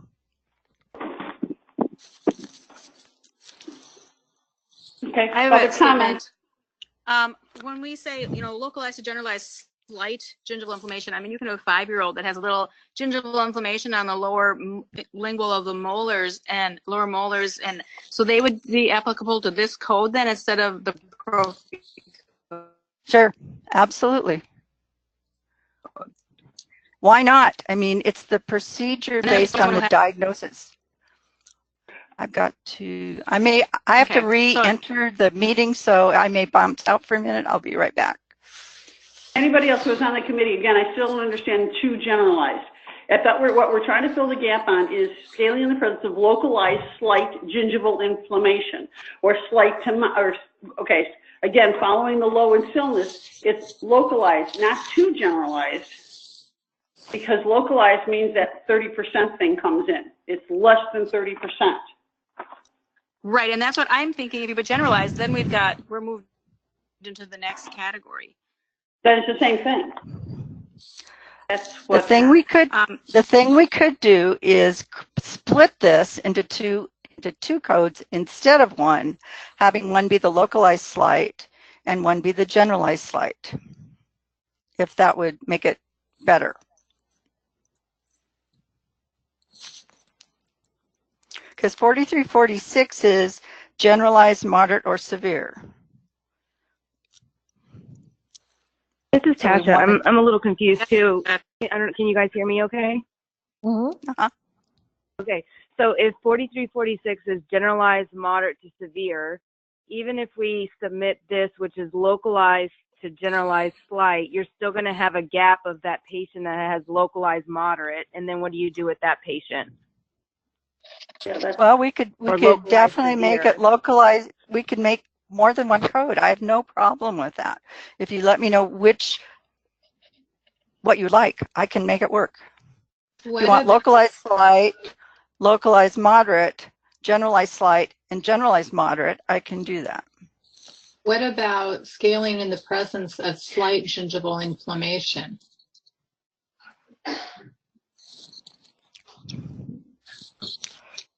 But that doesn't talk about whether it's slight gingival. This is Linda. I just have I don't know if this is going to help, but I'll give it a try. We're talking about a couple of different concepts. One is the extensiveness of the disease. Is it, and another term that hasn't come up yet is isolated. Isolated, localized, and generalized. Those are the three terms that describe the extensiveness. And then the other term that we're talking about is the severity. The severity is slight, moderate, or severe. So when you get these combinations of those two ideas, how extensive is it and how severe is it, I think you can have many, many combinations of those. We tend to think in terms of generalized is over 30%, which it used to be over 50%, and somehow it got changed, but that's okay. And then isolated is 1 or 2 spots. And then all that. Actually, right now, yeah, we're missing, if we want to go along with that thinking, 4346 is only generalized moderate or severe. We do not have an isolated moderate or severe. Right. So it just depends on how many of these codes do you want. I can develop as many combinations as you want, but with the same kind of descriptor. Right. Imagine a 3x3 grid with nine cells in it. You've got isolated, localized, generalized across the top, which is the extensiveness, and then you've got the severity on the X or the Y-axis, and that would be mild, moderate, or severe. And you could have, I suppose, if we're going down that road, you could have a code for each one. You could have generalized severe, which is down in the lower right. Now, one of the things that I'm going to throw out here is that we're talking about a diagnosis within the procedure. And there, as you look down there are ICD-10 codes that talk about the specific diagnosis. Again, part of this was trying to simplify so these people on the committee could understand where we're coming from, and then pull the ICD code out, whether it's chronic gingivitis, plaque-induced, acute, what you're looking at on the screen now. I think if we start giving them a grid, that might be a little overwhelming, and they'll table it, which is fine. We can come back the next year. But if the combination where we have 6 or 8 codes, I would be happy to put those together, but I don't think we should come up with a grid for them to have to try and decipher. I think less. Well, having been there in person last year for the testimony, we need to be very aware of the politics involved, and we need to make it as easy peasy as possible and not to throw too much into the cauldron at once. So I'm an XY axis kind of woman, love spreadsheets, love XY axis. I mean, that is like, I'm all over that, but I think it may be a little bit too much for the audience that we're speaking to. Because don't forget, we can come back. It took like 3 years to get 4355 amended. So if we even just get one code now, we can certainly work on this grid, because I like the idea of having more specifics. And I think that it related even to what we were talking about with implants. I think implants, and again, we have Dennis on this meeting, so if you have a point of view to add here, I think the dentists in general will be more interested in having the differentiations of the implant codes, and once we get that through, then we can again come back at another time. And then again, as Tammy was talking about, ADHA is also going to be working on some of this, so it might also lend other levels of clarification for the future. Absolutely. Yeah. Okay, so I have one statement. If we were to create a localized code, more than slight, almost moderate, popcorn hull or something stuck somewhere, what do you do with the rest of the mouth then? It's just all lumped into that code? Yeah, we really hadn't thought about breaking it down into quadrants at this point in time. We just wanted to get something on the books that would fill that gap. But that's a great question, because in reality, how would it be? What would be the proper way to code it? Because the way prophylaxis codes now, in the revised prophylaxis codes, do you have anything about it being full mouth or anything like that? Because in the current one, they are full mouth codes, correct? Right. Doesn't say anything about full mouth though. It's just assumed. Well, that isn't always full mouth though, because we do a 4342. We can do isolated scaling and rib planing. Why would we not do isolated gingival inflammation? Sure. Definitely, I believe something down the road to really fine tune what we're doing. Absolutely. But again, I agree with about by that time, by the next go round, ADHA will have some things in place, and we certainly can come back stronger with more specifics. Right. We could, or the other, I'm going to argue against myself here for a second, which is always fun, is that by breaking it out as far as the isolated or the localized versus the generalized codes, that we also, if we get them in on time, we also have the option to say that we're not going to speak to them at this particular point in time. Exactly. So, we don't have to. One thing is to not submit anything, but the other is to submit something that's a little bit more broken out, and then we can choose, just strategically what we're going to actually provide testimony on or not. That's true, because we can withdraw, but they will have already seen it. Yeah. Well, good. Then they should start thinking about it, You bet. Whether they want to or not.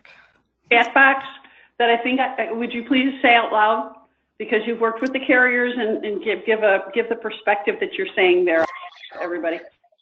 Okay, let me just go back and remember what I wrote, because I just wrote it. Yes, I think, the carriers are going to pay for all of this the same, regardless of what we code it, regardless what the clinician submits. They're going to probably pay it as a pro fee and have the same limitations, the same. So this verbiage is for being clinically correct, not for payment, but carriers will just lump it all the same. Just in reality, that's how it's going to happen. And to what someone just said, it is confusing for clinicians in the consulting that I've done. they get very confused when you're doing one quadrant, 4342. Well, what do we follow that up with? When do we clean the rest of the mouth? Is it a 4910 maintenance or is it an 1110 maintenance? So it does get the more you break it down, the more confusing it will be, and the more difficult it will be to actually apply it clinically. Because we don't teach diagnosis, and that's exactly. I mean, if we actually taught diagnosis, and we actually were doing what the evaluation codes is a written diagnosis, because that's what the description says by the dentist, a lot of this would be eliminated, because what are we actually treating? We're trying Correct. to match conditions without actually having a diagnosis. Correct. And Patty, even just with the new staging and grading perio classification, how long is that going to take to trickle down to clinicians actually coding it that way? or diagnosing it that way. We're still working on the 1 through 8 system. Yeah, they're still working from the 1999 classifications. So, they are. Yeah. I'll tell you, when our work group was working on this, we actually thought from a payment point of view that this would be the same price, if you will, as an adult prophy. We're not talking about, it'd be a perio code, we can charge more. This was, just to be, in terms of copay and all that, that's a whole nother ballgame. But in terms of the cost, we're not going to charge more because we've been doing this. Right. No, I understand that. I'm just saying carriers are slow to make changes. And so they're going to they may put the codes in, but they will all remap in their system to probably 1110. Yeah, absolutely. And that's okay. And so the question comes, do we want to... And then would you submit... Go ahead, I'm sorry. I was just going to say, would you submit an 1110 at the same time as this new code of slight gingival inflammation localized? And would you use 2 codes or just 1 code? I think is a confusion for clinic. We could make this a full mouth. I don't know, like as Kathy mentioned, some issues. I think our assumption as a work group was just like adult prophy is assumed to be full mouth, is scaling in the presence of localized to generalized slight. We could expand upon that to, with language about, the rest of the mouth is considered healthy. I mean, I could put something in like that. What about using the 1 to 3 teeth thing? Or 4 or more? And break it into 2 codes? Because the 1 to 3 or more makes it specific. I'm not a good idea. I'm just trying to figure out this. The confusion is the localized. What is the definition? Yeah. Even isolated. What is the definition of isolated? Is it 1 tooth? Is it 3 teeth? And there is some precedent, and that was what we were talking. And that's what we did. We were talking about doing over on the implant codes. Is there a rationale for doing the matching that way? Well, we could take localized totally out of this nomenclature. Of course, that leaves a gap on what's localized. But we could, since 4346 is presence of generalized, moderate, or severe, we could make this presence of generalized slight gingival inflammation and take localized out of it for now. This is Linda again. One of the things that I did as I was listening to you talk is I did that grid. And what I realized is that under 4346, there will be no differentiation between mild, moderate, or severe inflammation. It's all inflammation. And so, okay, well, all of that is 4346. Under generalized inflammation, no matter what its type or how severe it is, it's going to be 4346. And then 4346 is moderate or severe. There's no mention of just inflammation. Oh, okay. Well, but it is generalized, moderate, or severe. Yeah. Right. So we could make this just generalized slight and take localized out of it and work on localized for the next go round. Well, but I think what you're going to find if you really start to look at this is that everything else then except moderate and severe inflammation is going to be covered by the 1110. And there's a fairly broad range of conditions that are treated with the 1110. But 1110 is no inflammation, period.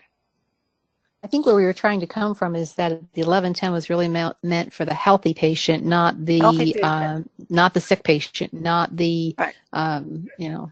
So now it's a when we 40 have inflammation, but it's not going to be 43, 46 because it's not that severe. We have some isolated or localized that we want to treat. Okay, I think it can be done, but right now I'm kind of in favor of really exploring that a little bit more, not trying to do anything with it this year, this particular one. But we've got to do in my opinion, we've got to do something, because if we're presenting healthy in the adult prophy and then we go to 43, 46, I can see someone on the committee saying, so what are you going to do with the slight gingival inflammation patients? They aren't going to fit into adult prophy and they're not in a 43, 46. And if we don't do anything with this, we will not be able to say, well, we couldn't agree, I guess. I don't know. My thought was put it in. Absolute. The idea being take localized out, at least if we can get this through. And then, like you said, Linda, next year, really investigate how we can fine tune this. So, Miss Kathy, this is Tasha one more time. I think the proposal that's on the screen right now is perfectly fine, where it says localized to generalized slight. And if we had another one, like maybe a different one, I wrote something in the chat box that just says scaling in the presence of localized, moderate to severe gingival inflammation. Then you basically have this one for slight, the second one for the localized, moderate to severe, and then your 43, 46. And I think that would cover everything. And then the ones you proposed earlier about transitional and permanent, those would truly be for the healthy patients. So those codes you would assume would rarely be used. Correct. So I think this on the screen is fine. I like your suggestion, Tasha. Me too. Okay, are we ready to vote? I think we spent long enough. We have more to go. And again, you're voting yes the way it is now. And you can say no if you're not comfortable with that, or you can abstain. So I'm activating the poll. And this can be done in addition to.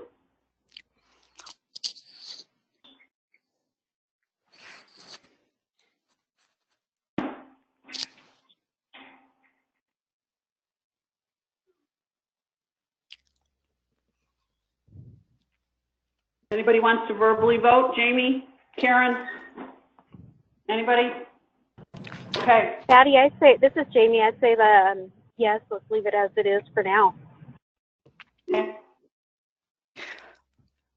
Patty, can I ask just a quick vote that's not even up there? Would be what Tasha's suggestion to create a second code that's localized, moderate to severe, which would kind of piggyback between the one we just voted on and the 43, 46, if people would like to see that. Can we do that? We'll vote. I don't know. I don't have a way to put it in real quickly. Okay. All right. I think that it's again, is there anybody that wants to say we shouldn't do that? I mean, please, let's be open here, guys. Yep. Anybody against having further explanations, further breakdown? Kathy, say it one more time. So I want to be. Tasha, it would be instead, if pull up the one before that we just voted on, Patty. Scaling in the presence of localized to generalized slight. I believe what Tasha is saying is there would be another one, scaling in the presence of localized moderate to severe gingival inflammation. So we've got this one that's localized to generalized slight. We'd have a new one, localized moderate to severe, and then 43, 46 would be generalized moderate to severe. I see what you're doing. Okay, so you're basically you're assisting the revisions related to 43, 46, and okay. I mean, I have no problem leaving it with just this one, and we'll work on it for next year. But I think there is a lot of confusion about 43, 46, and what you just suggested actually I think would help clarify that. Yep. And I would say go, my feedback is that we would go for having the second code that would then further clarify 4346. I'm interested Anybody in what Kathy Stewart has to say about that. Kathy Stewart? And this is not about payment. This is about having the ability to measure metrics. So you're saying having it broken down in the 3 different ones. Is that what your question was? I'm sorry. I mean, that makes sense for metrics. Right. Payment's going to be payment, whatever payment's going to be. Right. Yeah. Okay, we got one to go. How about if I put it together and we can always withdraw it if we find we can't, that kind of thing. Okay, great discussion. Thank you so much. Just wanted to throw out one other comment on that. I mean, I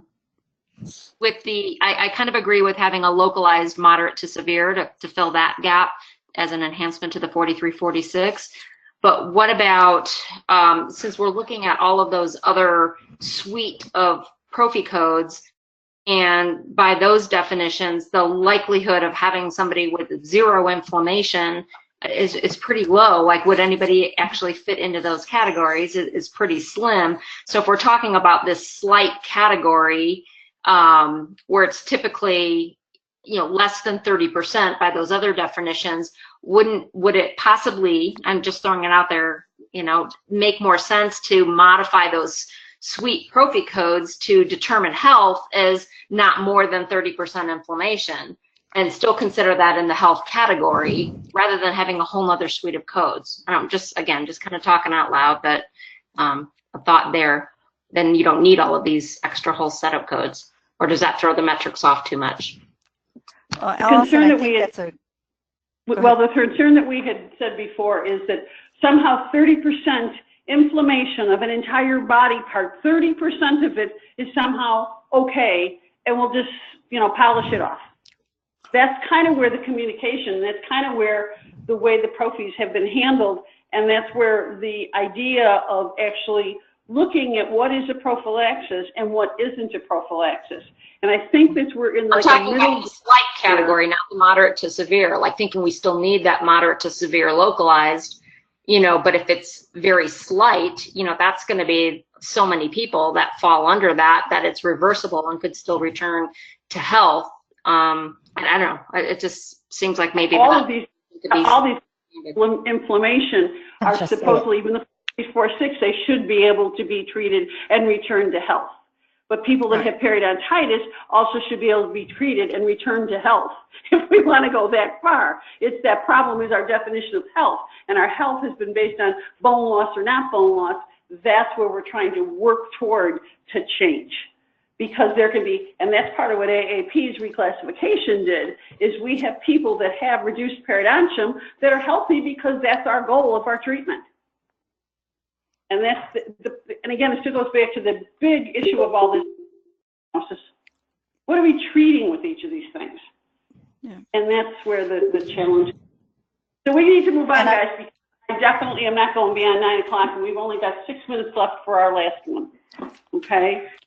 Okay, so period maintenance. This was putting our toe in the water to try and get providers out of the descriptors and out of the CDT book that we wanted to take out, determined by the clinical evaluation of the dentist, out. And we, what we did is we kind of plagiarized our submissions last year, where we wanted to take all providers out of the book and they wouldn't even talk about it. So we thought we'd start with this one. And then as far as disruption and removal of dental biofilm matches all the Prophy codes. But what we did on the rationale, and I think Patty, we actually are giving them, look at state, I don't know if the people on this committee know about the direct access. I had the National Association of Dental Plans ask if I knew how many states allowed direct access for care from hygienists, and I went, I can send you a chart. So I sent them this chart, and I think the CMC is just a little oblivious or stick their head in the sand as far as how many states actually allow direct access, and you can't limit a procedure by saying only a dentist can do that. So this actually is going to be, is in the rationale for taking the dentist out of the mix. Quoting, at least here in Colorado, what that hygienists are expected to do dental hygiene diagnosis, and this is the codes we have to pick from. These are the diagnostic codes, and to limit that only dentists can determine these things is just not reasonable at this juncture. So those are the two things we're doing with perio maintenance. So that's it. John Camisi here.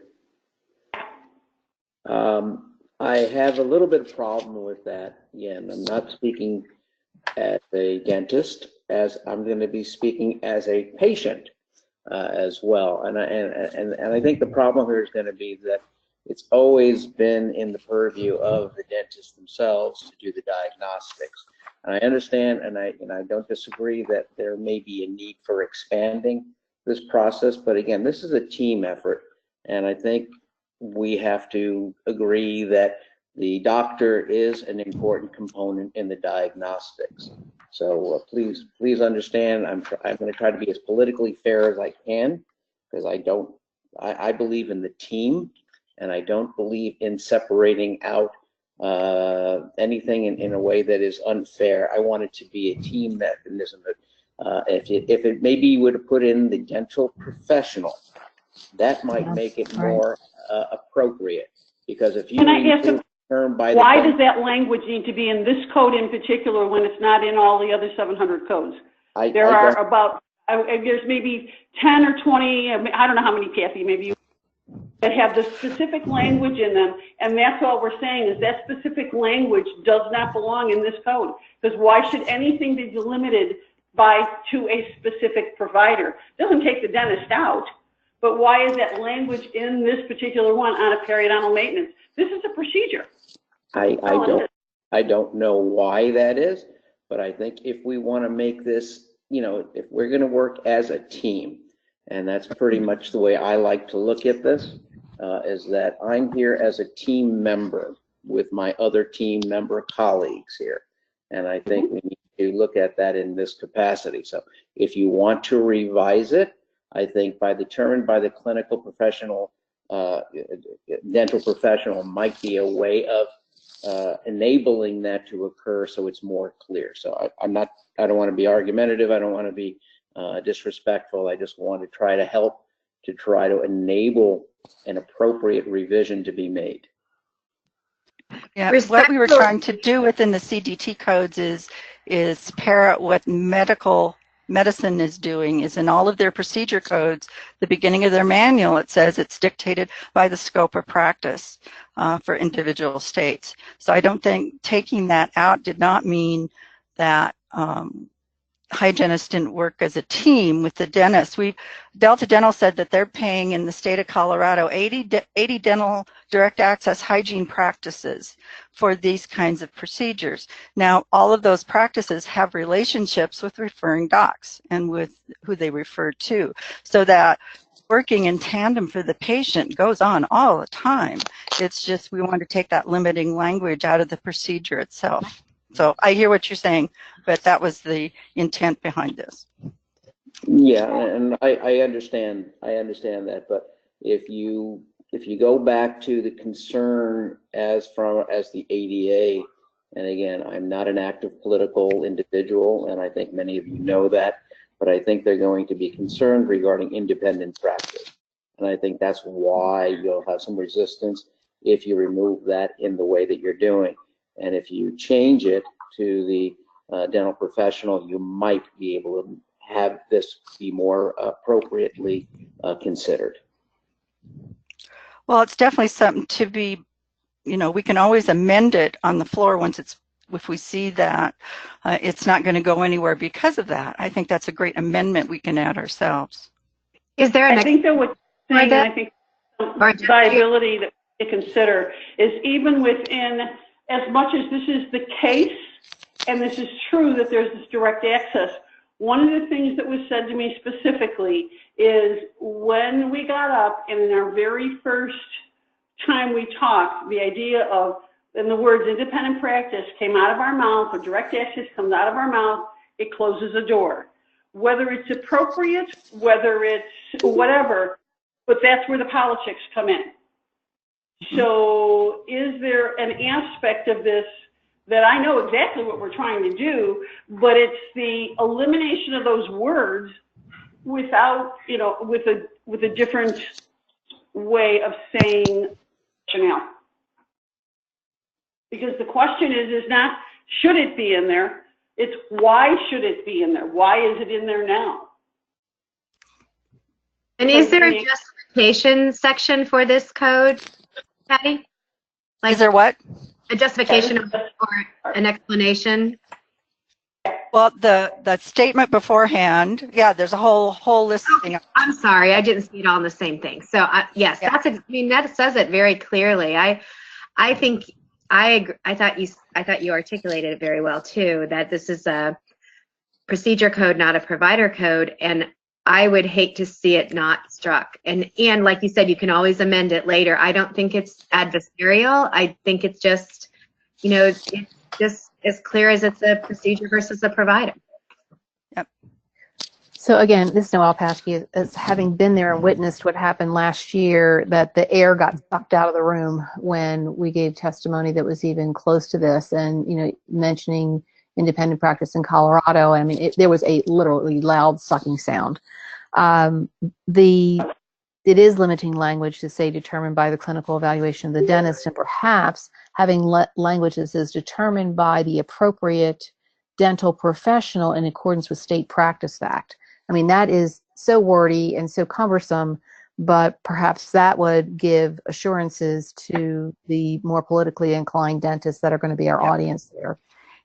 And we were prepared last year with some of that amending language. It's just they never asked us. So we'll be ready this year again. So John Camisa here again. I think that what was just Noelle just said is probably your best way if you wish to make advances by using the terminology that Noelle just mentioned, would give you your best opportunity from the get-go.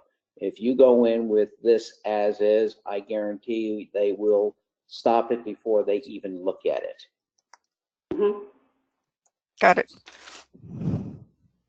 At the same time, is there a way, again, if we're trying to do an end around, that we eliminate the language because that's already determined in the evaluation codes?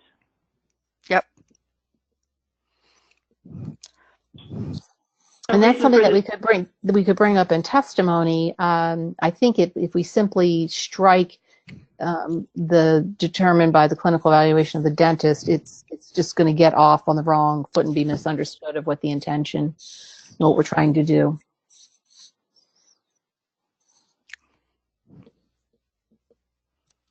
What are we trying to do?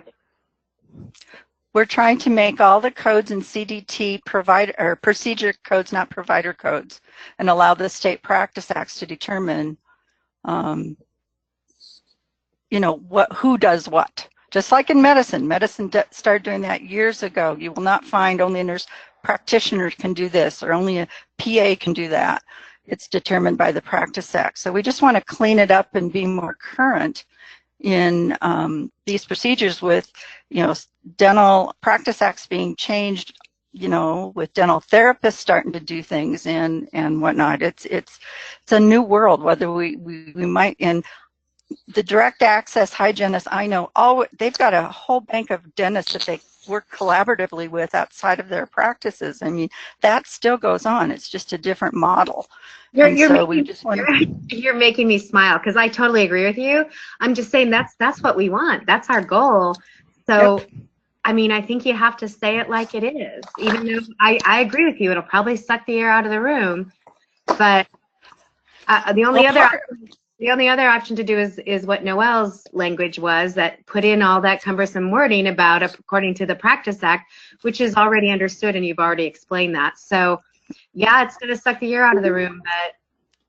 Well, it did last year, and I was the one at the microphone when that happened. And the thing is, I was standing there prepared to have an honest discussion with the committee, and they didn't even open up the floor to do that. Now, if they try and do that again, going to be asking some questions in a nice way, but they wouldn't even talk about it.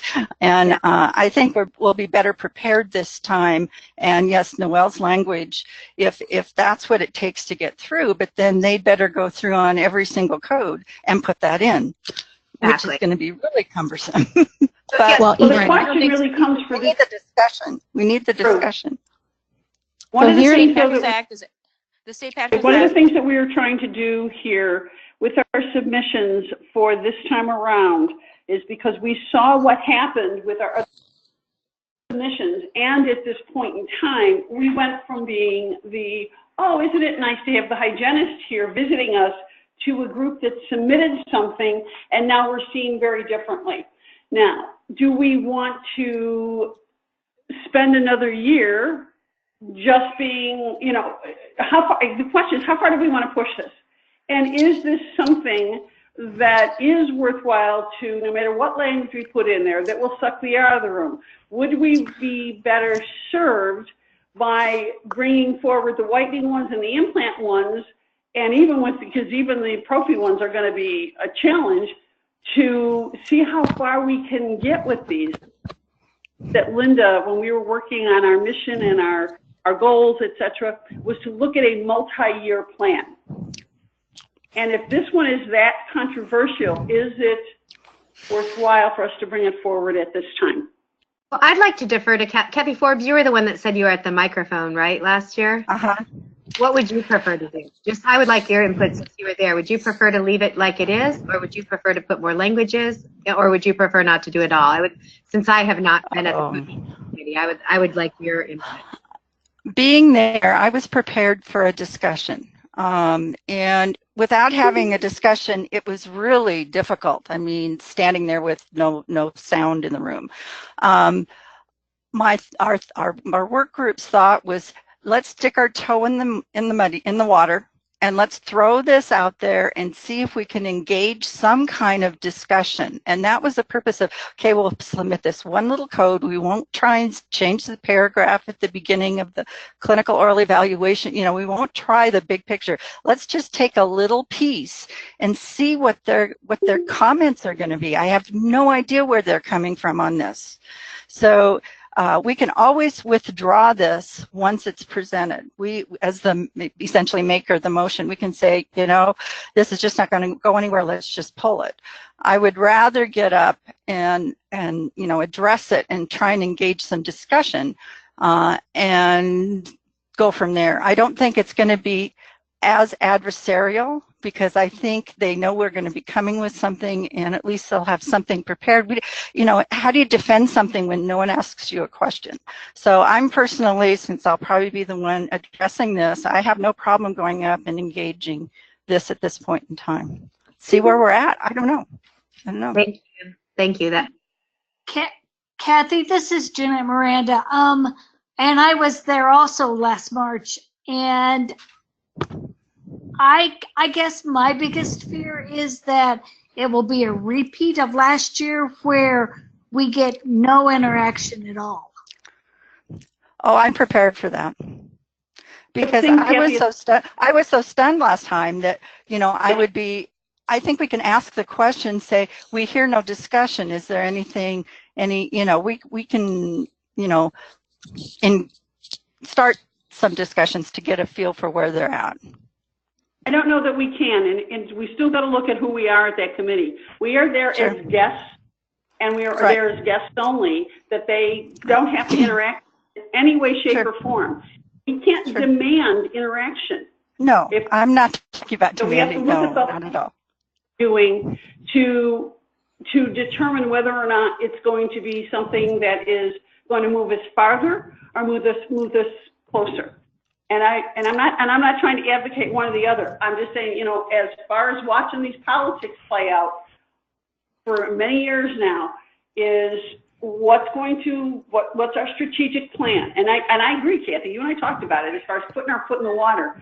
But just listen to the one dentist on this group. I agree. Do you remove the basic question that I will ask you, and I'll put on my dentist hat right now. Do you wish to move a process forward for the betterment of the profession, or are you going to be politically militant and try to remove this? And again, I'm just going to put it in the, please forgive me for that inflammatory wording. I'm just trying to get you into the mindset. If we were to consider putting this in as determined by the clinical evaluation of the dental professional and continue on with the disruption of the dental biofilm, which is actually a brilliant modification of this. If you will allow one modification, as either Noel or I have just made, and let the rest of this go, you will actually have the opportunity to improve this coding. If you go in heels dug, you will probably never be heard from in the right manner. And I would like, personally, I would like to see what this group and the efforts that you're putting into it move forward in a proper manner, because you're coming up with some brilliant ideas, folks. But if you go in and you're going to wait for the argument to start, then you're dead in the water before you even start. So move this forward in the appropriate way by just, working a little bit. You're working this system to achieve the goals that I understand that you wish to have, which is to make this a complete not necessarily a provider, but a procedural situation. But you may have to take step by step. So don't. Well, we did that. Yeah, we did that with D4355. We 2 years ago took the dentist, because it was the clinical eval of the dentist in 4355, and we took it out, and we had some other language we changed, and then we negotiated, and we did put it back in. But we were able to get some of the language you wanted, and we negotiated back. But I have no problem putting determined by the clinical evaluation of the dental professional. I have, that works for me. I think you'll have a really better opportunity of moving this revision forward in that manner without getting their panties all bent out of shape, because you know how they're going to do. You really know. You've already seen it. Let's not provoke it. Let's provide insightful things, because then as the committee continues to bring appropriate and important revisions, you're going to have allies rather than enemies. Sure. And if I can also ask, I'm not asking either of you for the association point of view, but Natalie, you as the president of, and immediate past president of ADAA, are you the immediate past now? And Tammy as the immediate... Another week. Another week, okay. As the immediate past president of ADHA, both of you have done many, many political negotiations.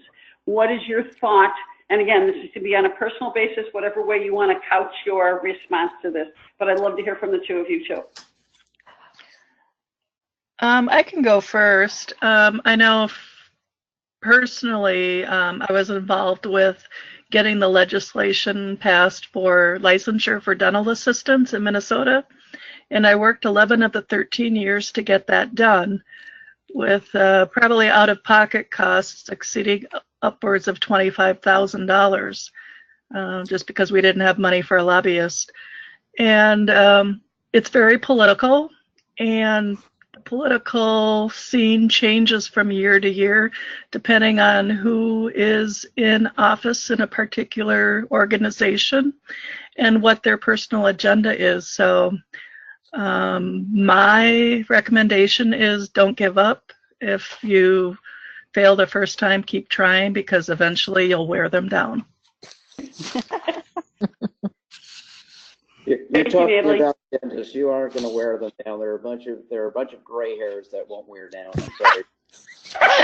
They gotta die sometime. Yeah, but the problem is they're grooming their replacements, folks. You have to remember the mindset's there. You can either go at this like Congress is going nowhere fast with Democrats and Republicans at each other's eyes, or you can find a middle ground that you can make achievements and gradually improve the situation. So John, this is Michelle Gross Panico. John, are you suggesting, I'm trying to follow the conversation here, you're suggesting that instead of striking determined by clinical evaluation of the dentist, instead we just restate that and say determined by clinical evaluation of the dental professional? Correct. Is that what I'm understanding? That Okay. would be a very good way of going at that. So, just leave the determined by the clinical evaluation of the dental professional. As, strike out of the dentist and make that dental professional, and then, continue on as you revise it. You probably will have a better chance. Yeah, I guess I personally don't think that's too difficult. I mean, that dental professional could also serve us in the purpose that could mean many things. It could mean the direct access to care dental hygienist, could mean the dental therapist, and whatever, I think that's very encompassing, very general. I don't see that as a hard compromise for us. I think that's a fair way to go approach it. Correct. My Speaker of the House worked after the Academy of General Dentistry may have come into bearing here. And I have Tammy, are you still there? Patty, I'm still here. I'm not sure I'm clear on what the question is, though. I want to hear your thoughts again. Mostly, what we talked about here for the most recent part is the politics of all of this. And you have have served as ADHA president, understand the different varying parties here. And I just wanted a thought from your perspective on what we were just discussing. Well, yeah, I mean, I don't think it will surprise anybody when I say that, it's the exact reason that, ADHA, we always reference our policy because we try to have that be sort of the starting point for what it is we're talking about. Whether it be, the things like the dental hygiene diagnosis, which is often, misunderstood, or the different roles that dental hygienists serve in. I mean, we always go back to those types of things when we're speaking in those arenas that can often be politically charged, I would say. So, and I think always keeping at the heart of the issue, and I've seen some of this in the comments here, how do we continue to serve the needs of our patients? And excuse me, Patty, I know this group has spent a fair amount of time, as I've been in conversations, certainly in my role in leadership with ADHA, and I like that we keep talking about, it's a procedure code. I mean, I think that's the thing we always go back to, but I understand that in these environments, there's, these are the realities that we face. Okay. So is our concern as much also then with if it's in the rationale? Would that be problematic even to have that in the rationale? Procedure, whoever's... I personally don't think so, because it's showing that there are other dental professionals other than dentists. I mean, it just supports that there are more dental professionals.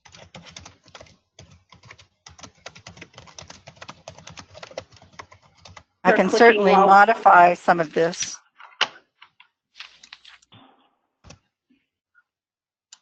Because that second paragraph, therefore hygienists are responsible for determining, I could say other dental professionals may be responsible depending on their state practice acts when a para-maintenance. That's much more palatable, because if you say therefore dental hygienist, not just dentist, I mean that. So I think we need to look at to be as anti-inflammatory as possible. Agreed. I will do that. Not wear red, huh? We're not so red, even though the chart is red. Okay, I can definitely modify that, and I will run it by our executive advisory group before I send it off. Okay. Do we have anything that we really can vote on here? We've talked about so many different things here. Where do we stand on voting, guys? Well, you can say we've amended it, or we've recommended an amendment to this, and it sounds to me like we're planning on not striking that sentence or that phrase, but leaving it in and changing it by the clinical evaluation of the dental professional. Yep. So you could do now then. Vote on the amendment. Periodontal maintenance, but revise what has already been submitted. Yes, no. This is the end, guys. Yes. The last we're gonna do. Yes. So put your vote in.